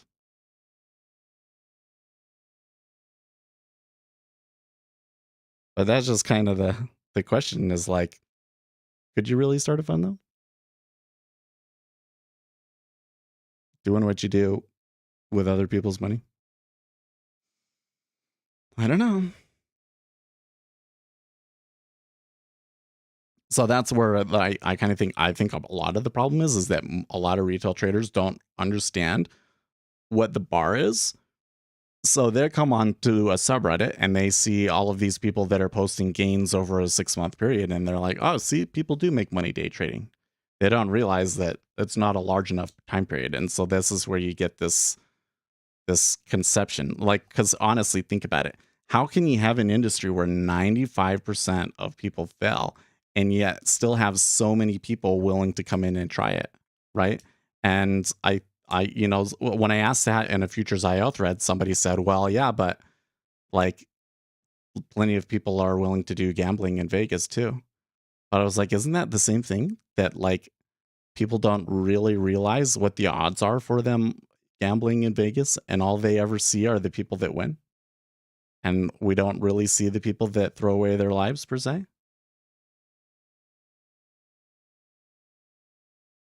Living on welfare checks has broken my book. I could blow my trading account right now and wouldn't affect back finances at all. Most retail traders don't understand this. Idiots who pile their money into markets go broke trading. I literally trade money I don't. Yeah, totally. Yeah, I don't think that. Yeah, that's another. Totally, people don't understand that day trading is for people that have already made it. Really, that kind of sucks, right? So I think that the vast majority of people that come into this with the idea that this is how they're going to make it, that they're going to make this their life and they're going to become a millionaire from doing this. Don't. Seriously, if you're young, don't do it. If you're young and you really like finance, then go and trade for a firm. But this isn't going to be the thing that's going to make your life. You're going to make your life first, and then you will have the resources and personal development to be able to maybe be successful at trading.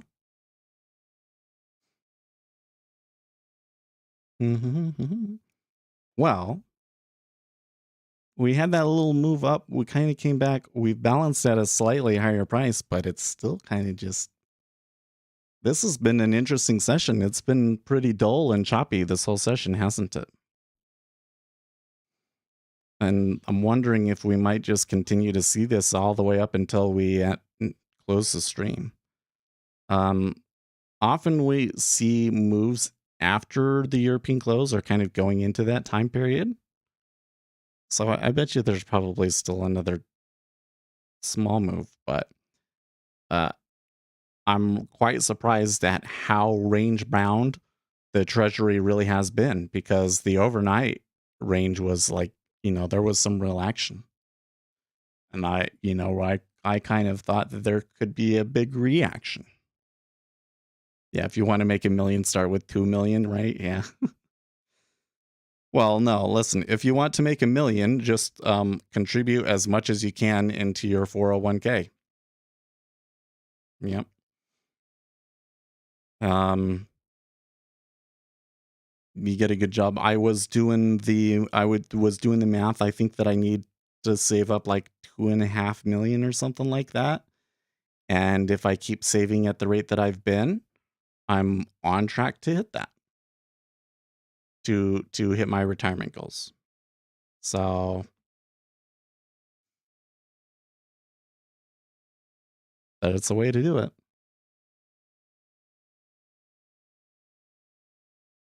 Get into Berkshire Hathaway. There you go. Well, remember, this is like the next step up of it. The first step of financial knowledge is you need to pay into your 401k and at least get your employer match. Okay, that's the first one. If you're not getting your employer match, you're throwing money away. You got to do that, right? The next step is an IRA or a Roth IRA is actually better than a 401k. So then you want to get a Roth IRA and you can invest in the stuff. I would still maybe go with an S&P 500 index, but hey, yeah, Berkshire Hathaway, they're pretty good. You could buy Berkshire. That would be a way. Put some money into that. There you go. The thing about retail traders is that they think being good at trading makes you smart, that they're too stupid to figure it out. Yeah. Well, like a lot of traders are avoid saying, like, when they fail, they don't admit that they fail because they think that means that they're too dumb, right? When the reality is that if you were successful at trading, it's much more likely the case that you were lucky. It's much more likely the case that you were lucky. Once you understand the market, like if you're really truly the smart one, you probably just don't trade. The smart one probably just doesn't trade. Just saying.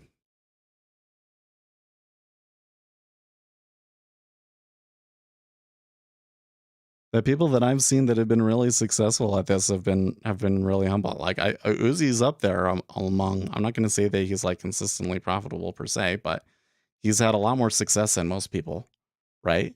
He's super humble about it. You notice how humble he is about it? Does Uzi come across to you as somebody that's trying to let everybody know how smart he is? He's not. He's probably the most humble person in our chat. John, who's no longer with us, at his funeral last week. I wish I could have gone, but I'm not vaccinated. He had some periods where he was very, very successful, and he had some periods where so what happened with him is he was very successful with like volume profile methods for years, and then I think in 2019 it was that it just like all of a sudden stopped working for him. And so he had to revamp, and I think he was trading S&P 500 futures like during the London session. Yeah, I certainly am lucky I day trade excess capital from two businesses that have nothing to do with trading at all. Yeah, exactly.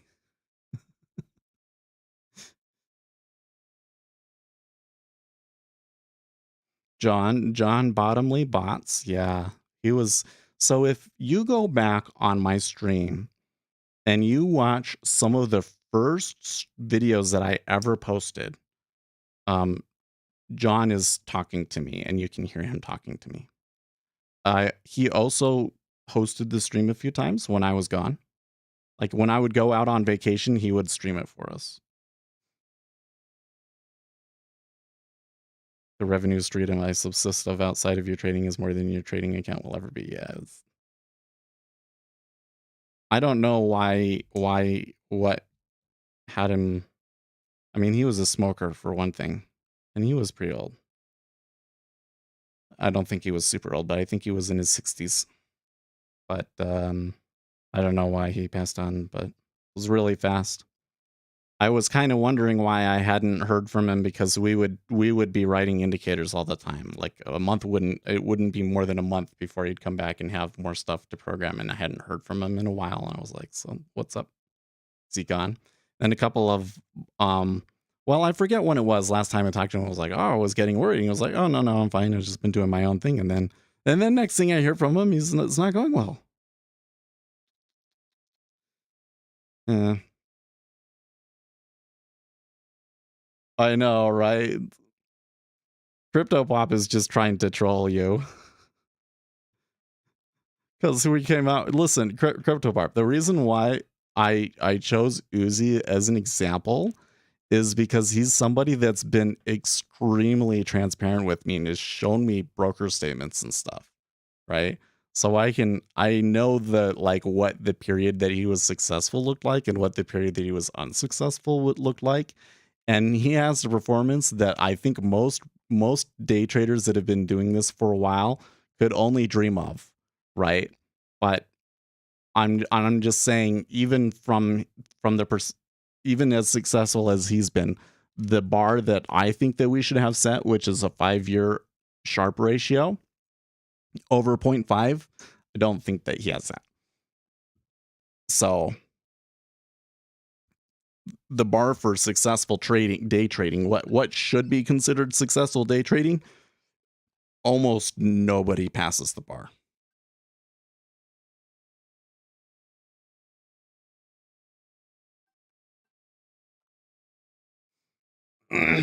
I'd also be careful what you say, because Uzi's probably my best friend at this point. He has, you know what, Uzi, on one was it last Thursday? You helped me so much thinking back up on it. I don't know what I want to do about it, because I think the reality is that when I get pushed far, I can be neurotic. It takes a little bit to get me pushed out, but once I get pushed out, I'm more neurotic than the average person, I think. I can really fall apart.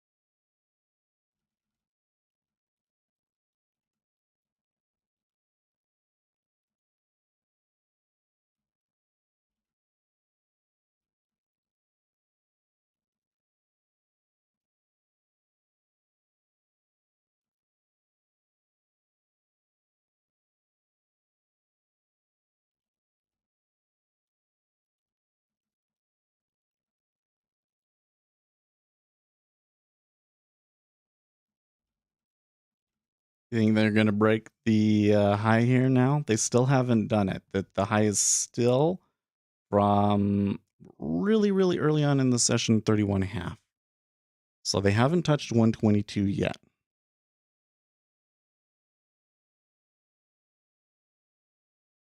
Canadian dollar is the best trade today? Oh, I'm going to have to go and check that out after the stream. I don't really have that on my charts right now, and I don't want to go and find it while we're breaking these highs. I kind of want to watch this and see.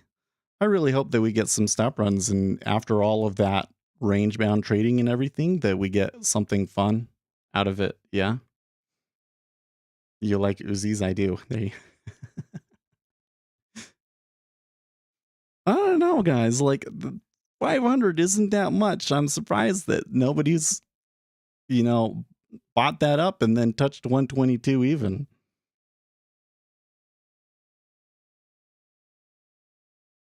S&P 500 is kind of towards the lower end of the session. Yeah, down tick. Good grief.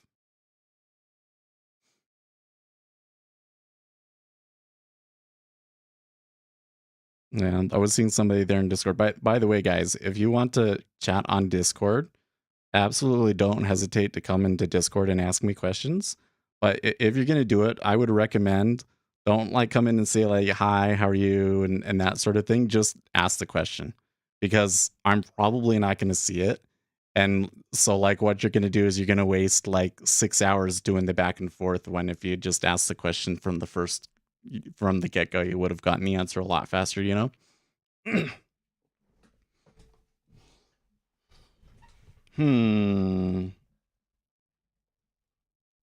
I'm surprised they didn't touch that yet. Admit that you're gonna go broke soon. That's not true. So we got a little distracted there. Here's the question: if Seth started another business that wasn't related to trading, what kind of a business should it be?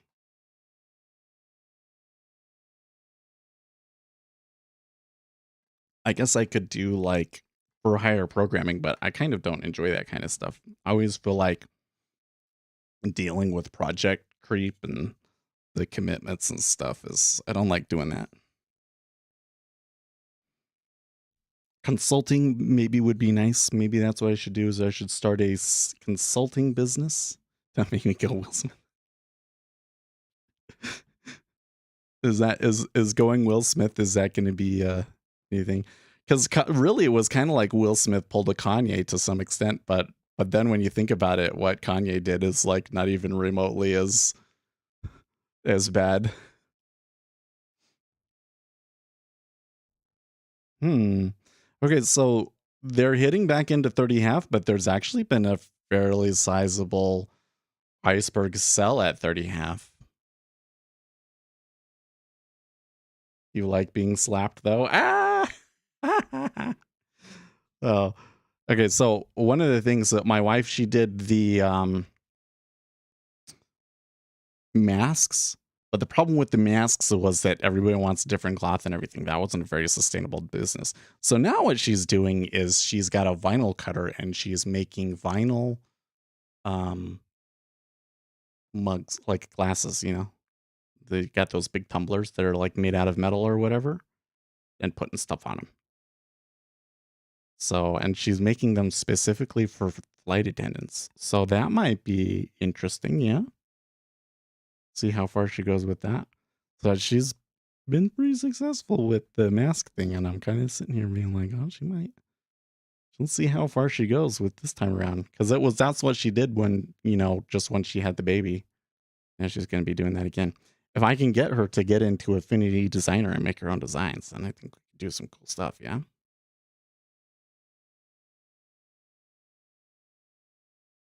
Imagine if Kanye slapped Taylor Swift. No, that wouldn't have been. I don't think that would have been funny. I don't think that would have been funny at all. That would have turned into like a really serious discussion in society really quick if he had slapped her. That whole thing was so bizarre. I was talking about that. Like last night I was telling, because my wife, she had been reading about the Will Smith thing on Facebook. So I'm talking about it. And I'm like, remember when Kanye West got up? Like, I just can't even imagine what would possess you to even get up on stage. And she didn't know what I was talking about. She doesn't know about the Taylor Swift thing. Have you seen the news? Oh yes, I have. Where they slap each other? Oh yes. Yes. Celebrities seem to lose their minds quite often. Something I find really interesting to me is that the kind of person that would be really good at handling fame is usually not the kind of person that becomes famous. Isn't that interesting?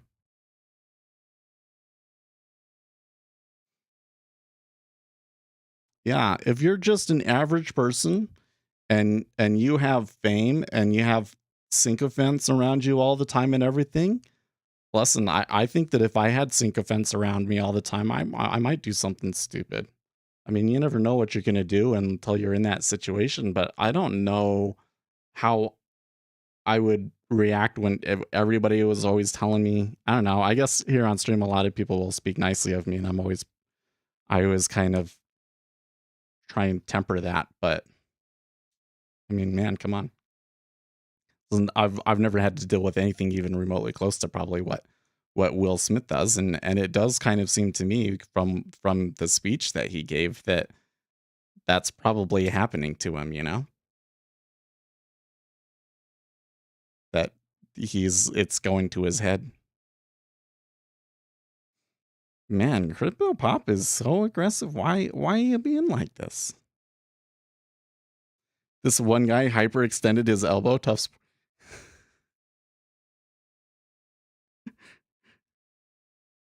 The thing some people do, right? You're gonna make him love you. Well, the thing that I like to see, and I think Uzi is probably the same, and it's part of the reason why I like Uzi so much, is humility in traders. When I'm in Discord, something that happens like every other week or so is you get some new guy come in and that'll start yapping up a storm, and it's like they got something to prove, you know? They're always trying to say the most clever. It's like every line has to be a line as clever as Wall Street never, money never sleeps. And trying to prove that they know something or so, telling you the ones you want to pay attention to are the humble ones. The humble one knows what you're really up against. They've really done it, you know? You don't think it was, you're talking about the Will Smith thing, you think it was staged? We did kind of talk about that already, but I'm pretty confident that it was not staged. But who knows? Maybe that's the scoop that Bill O'Reilly has. Screw the humble ones, they like Chris. Well, Uzi does. Oh, well, I don't know if Uzi said that he liked Chris Rock. He just thinks that it's a funny joke, I think. You don't get good without getting your ass kicked for a decade first. That's for sure.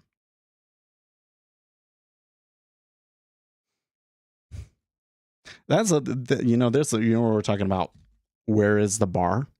Because on one hand, I don't have a Sharpe ratio over 5 years of greater than 0.5, but I've only been trading futures for 5 years.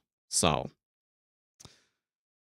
bad example. But on the other hand, I do think I've gotten good at this.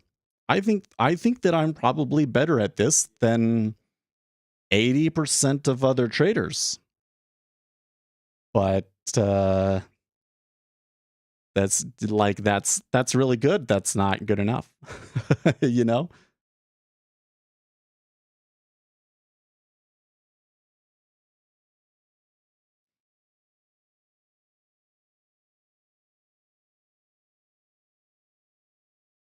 My body is ready. Don't Uzi is kind of masochistic like that. That's the 30 half is kind of acting as the low liquidity spot now. That's very curious. This is extremely unusual behavior in the treasuries this morning. Does look like there is probably some degree of a large meta order buy out there, but they're being extremely passive and they aren't really moving it up. My back palm is ready. Good grief. See, you guys all make me like scared to actually go to like some sort of a trader conference and like meet people in person. Now you're all gonna want to slap each other and stuff. Come on. let's just all be one happy family. There's a little bit of strengthening of the bid at there at 30 half. Maybe they're ready to take it again. Got to use the palm nice and meaty. Dude, I'm maybe I should go into slapping form, and that sounds like a rabbit hole that I could maybe get lost down for a few hours today. No, you know what? I think I've been, the more and more I learn about machine learning, I was like, oh wow, this is like this huge world. There's so much for me to learn about machine learning. because there's like every little type of machine learning algorithm and stuff. Like, oh, it gets so interesting. So before, I'll tell you what I did over this weekend was before I was Block trying to use by. TensorFlow. Hey, there you go. Wow, they just blew through that. Was it worth it? Was it worth it? I think it was worth it. That was a good move. Traders Conference and Slapfest? Right, yeah. Anyways, I was trying to use TensorFlow before, but I found this paper that suggested using TabNet, and there is an implementation for TabNet written in PyTorch. So I've been using PyTorch, which is kind of competition to TensorFlow. But TensorFlow is kind of more like an API, whereas TabNet is kind of a little bit more, feels more native, you know? I had the hardest time getting it to work on my GPU, and it looks like the install that I did overnight fixed it. So now I can use the GPU, but man, it's pretty weird. But it was a couple of hours just getting that working, you know? And then who knows what other things I'm going to try. But this TabNet, it's for tabular data, and it's shown some efficacy in trading applications. Let's see.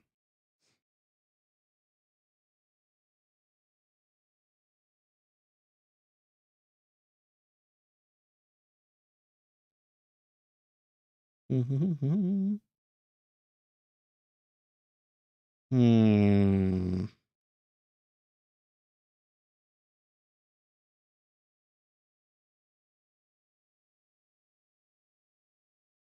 This person asked a question, and I have to give them more time. Oh, what did Uzi post here? Interactive Broker Group reports brokerage metrics and other financial information for the January 2022. And what is it here? Let's look. Okay. Wow. 1.73 million client accounts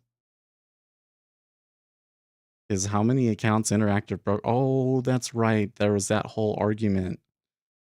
Oh, this is from last week. I thought I'm not totally. Oh, why was I clicking on that? Oh, okay. I understand why I got lost there.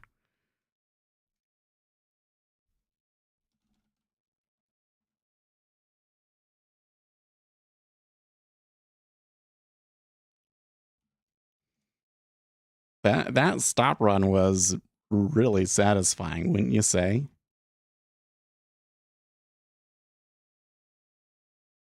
Look, they're trading big amounts up here at 0.2 That's crazy. I'm at your mama's house. You guys, you're hilarious. Oh man.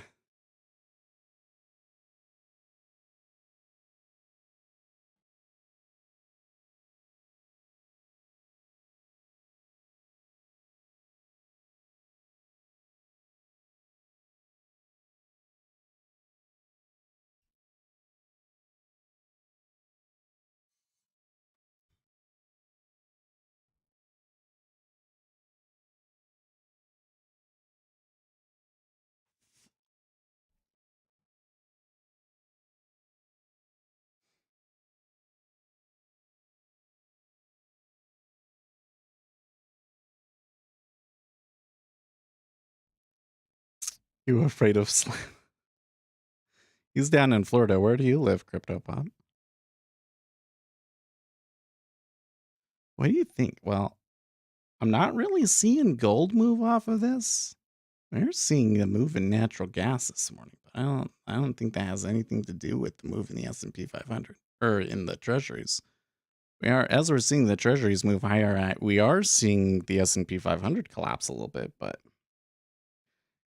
it does look like this is that end of month rebalancing flow, and probably A combination of it, I think maybe what happened. Oh, that's an interesting thought. Maybe what happened was it was so slow. They were trying to stir up some liquidity, and they couldn't do. Why is the school calling me? Hold on.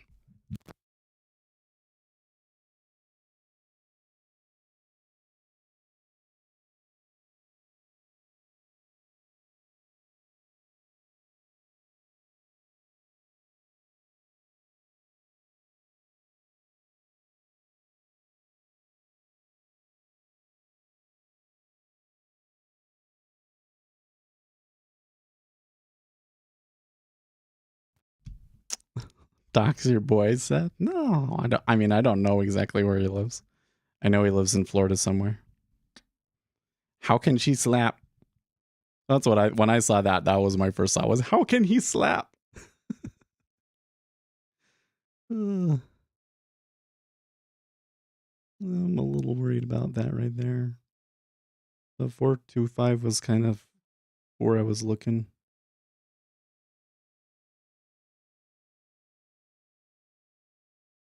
My nose itches really bad at the moment.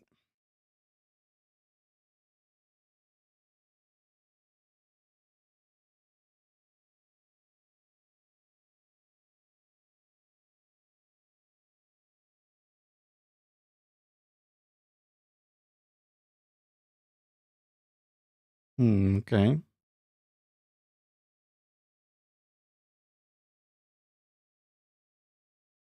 Interesting. Yeah, I'm going to get out there. It does kind of look the way that they're approaching that 04, though. It kind of makes me think that they might run again. Let's see.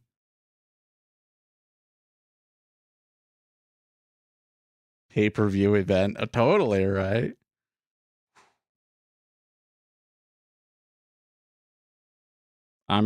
I could referee. I'm not going to be in the competition though. No, thank you. I'm man. Something that really bothers me lately about myself is just realizing how fragile I am. Like, yeah, I got pretty tough. I got it worked out and I got stronger, and my bones are a lot stronger now from lifting weights. Like my knuckles actually got thicker from lifting weights, right? Feeling pretty good. But then I discovered that I'm basically allergic to everything. So, like that, you ever seen what is it, the Mighty Giants or whatever, that Disney show about a football team, a Pee-wee football team, And there's that one kid with glasses and everything, and its mom wants him to do football. So that's me, man. I'm realizing now, like, that's me. I'm small, fragile. Yeah, little giants. There you go, little giants.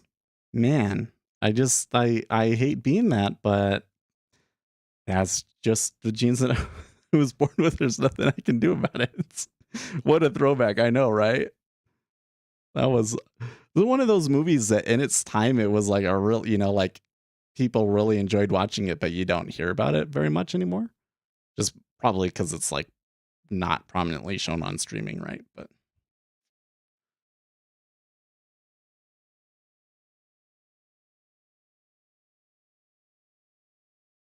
slapping causes a bigger job. Oh, no, I don't think so.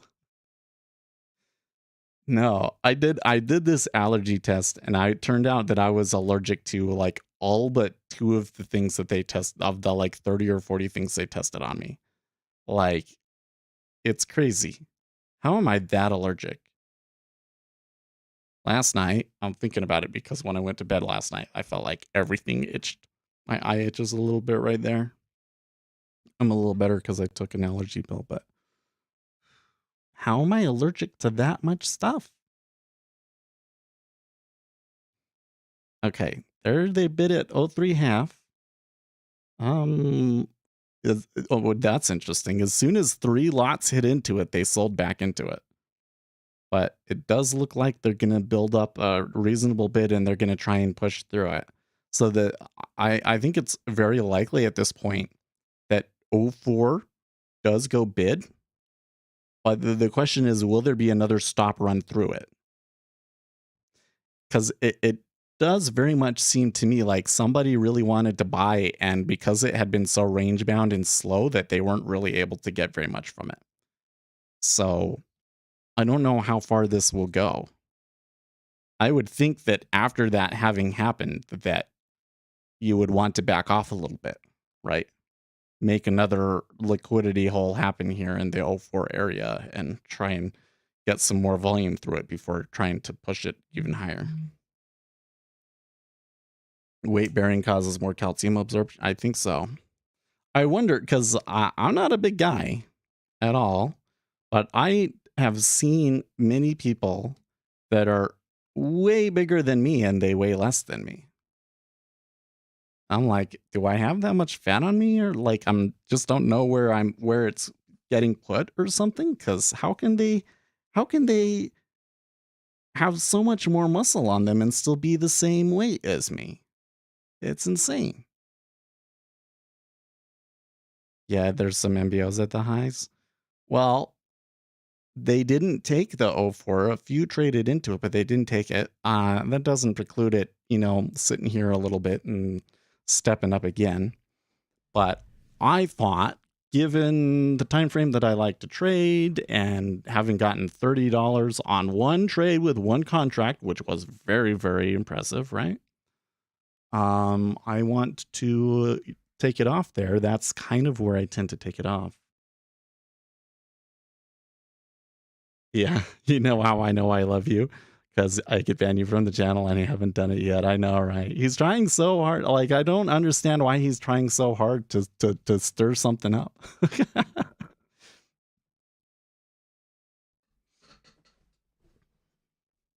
We're all just hoping. Nice run off into the here's the thing that bothers me though, is that I feel that when I do good and I catch good trades, I don't get enough out of them, or I don't take enough trades, right? When I do well, it's usually I'll take one trade and then I'm done. Whereas when I'm doing poorly, I'll take like 5 or 6 trades and I end up losing more. So, of course, when I'm losing, I need to trade less for sure. But that also, I think, means that when I'm winning, I really need to push it more. And so I watch a situation like that, and I kind of have to ask myself, should I have pushed that one more and tried to go for $40? Because it looks like we might get that. We're in a situation where we might get that. I don't really know. I just kind of took it off because I saw like the intermediate liquidity hole.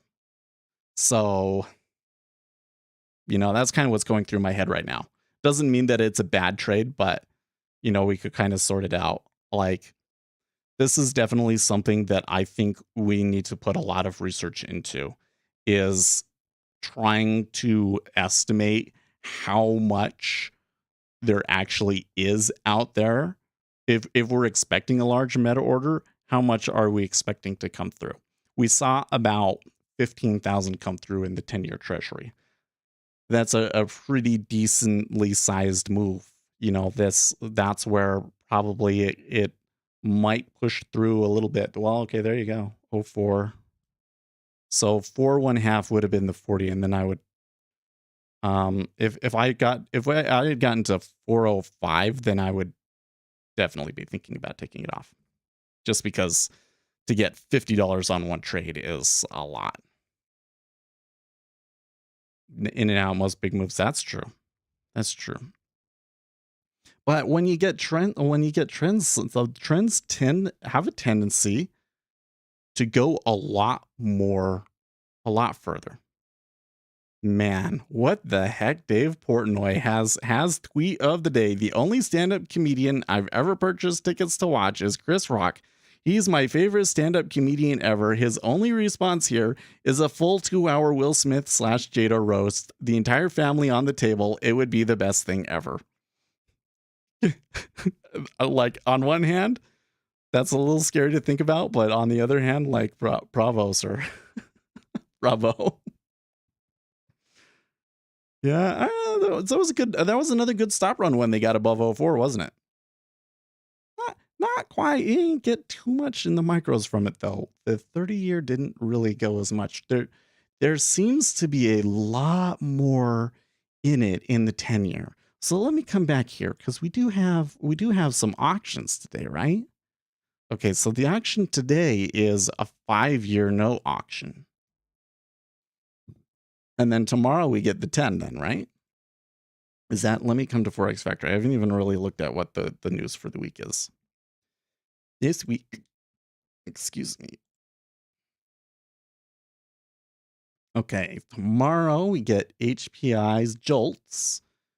Wednesday, non-farm and final GDP. Oh, Friday is going to be non-farms. Yes, of course. Core PCE on Thursday. So do we not have the auctions listed on here? I guess not. So let's go to Treasury Direct. treasurydirect.gov, and let's look at the upcoming auctions. Okay, so 7-year will be... Oh, that's today as well.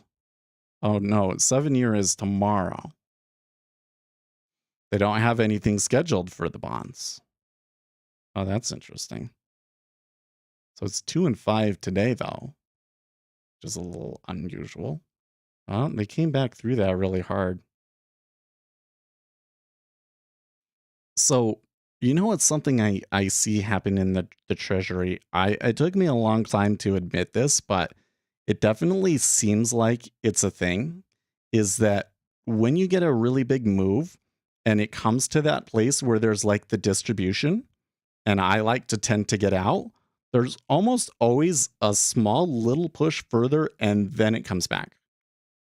So I always get out a little bit early. I usually can get a little bit more. And I have had many times where I got out, I didn't get out, and I wasn't able to get any more, and then I'm frustrated. But I think that it might be something Treasury specific too. It's just like there's always that other little push for some reason. Why are you using DOM software instead of charts, and do you think it's more efficient or based on a preference? Okay, so the reason that I use the DOM is because the DOM is the only way for you to really understand what's happening underneath of the covers, right? You need to be able to see all of those resting offers and see how the orders are reacting to the market orders and whether those orders are market buys or market sells in order to really understand what's going on in the markets. I'm not saying that information reliably predicts what the next orders are going to be, which is really what you need to be able to do in order to be profitable, right? It's just necessary to understand what's going on at that time.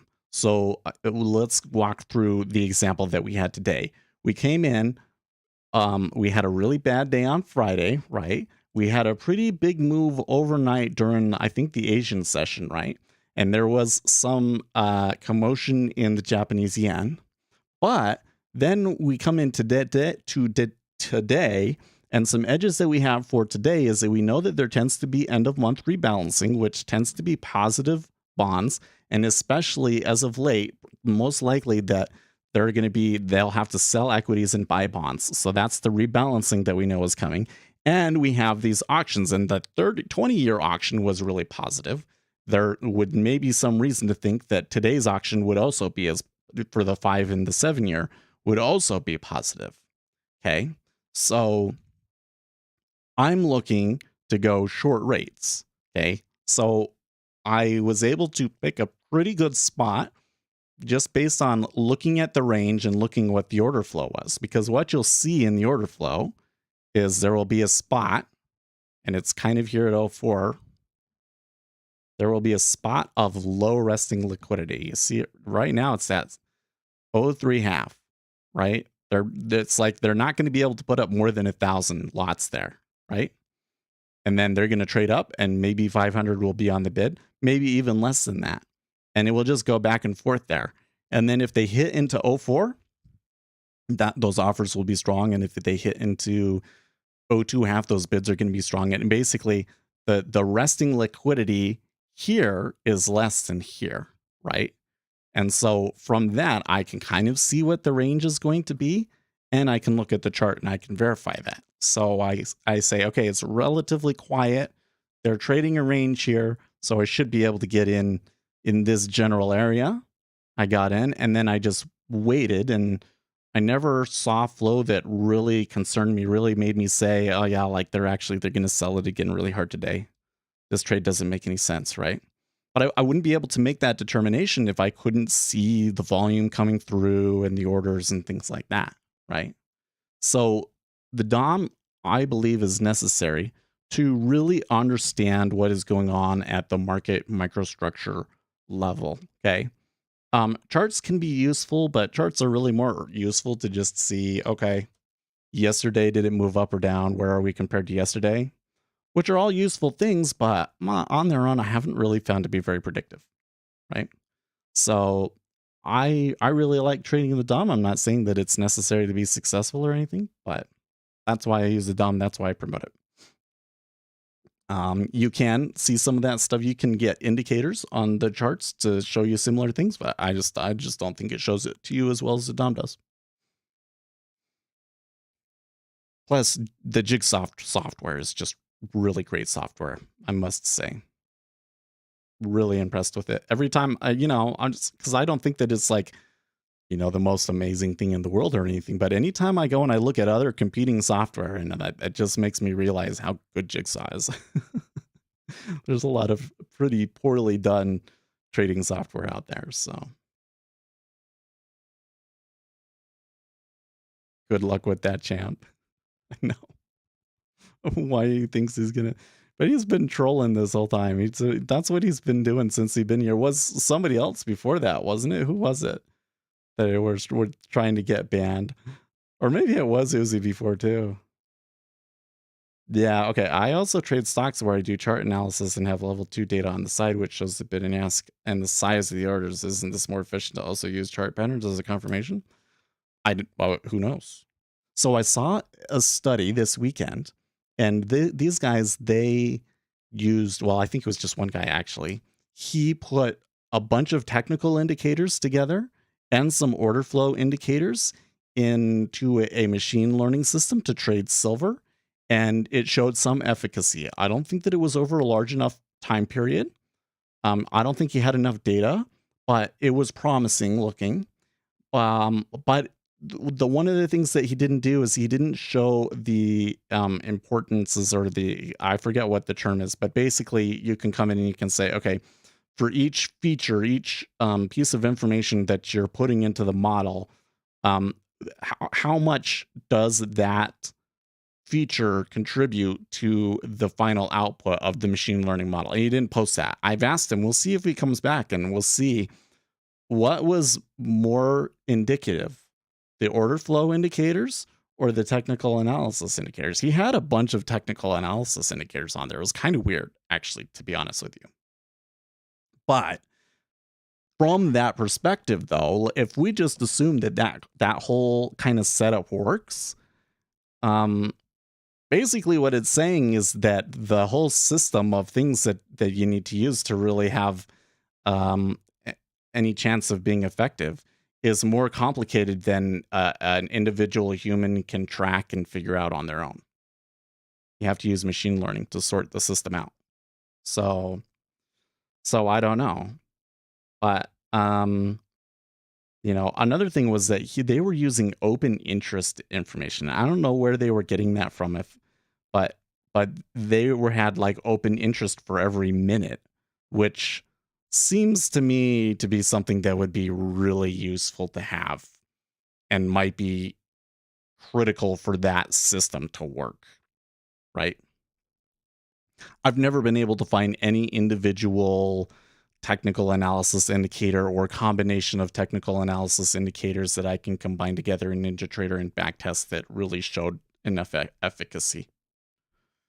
I think that just knowing what's going on in the market, kind of understanding how the funds work, like what the end of month rebalancing does and all that sort of stuff, what the breaking news is, I think that you're more likely to find edge out of that than you are from putting a bunch of indicators on the chart and trying to figure out which ones work. But that's just been my experience. We haven't really, you know, kind of the reason why I feel that is because there's not really any good research that really says that any of that stuff is effective, right? But just realize that what we're doing with order flow is kind of technical analysis too, right? So we should just kind of lump all that stuff together and say, well, it might have some use, but clearly if it was really that effective, then there'd be a lot more retail traders making money from it, right?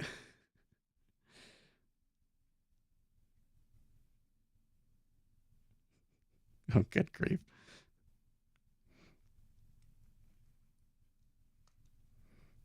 Slam. If anybody is going to get banned, it's going to be you. So, but I think we're okay. I'm going to let Uzi do it if he chooses to. Okay, I think it's time to get going.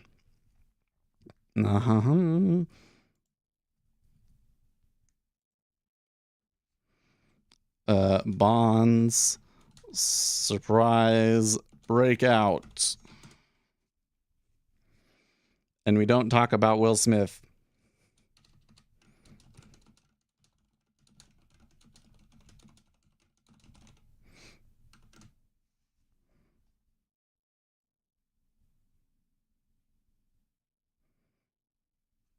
That's too many letters.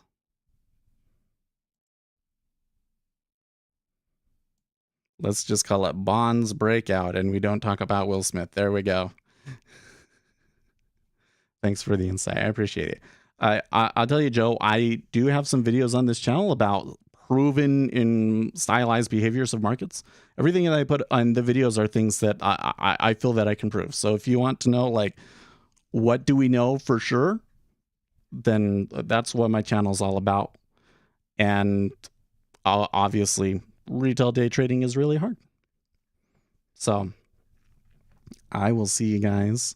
Remember, just another reminder, I am going to be going on vacation next week. I don't know if I will be streaming on Friday, but I'll be here until then. So I will see you guys tomorrow. In the meantime, stay profitable.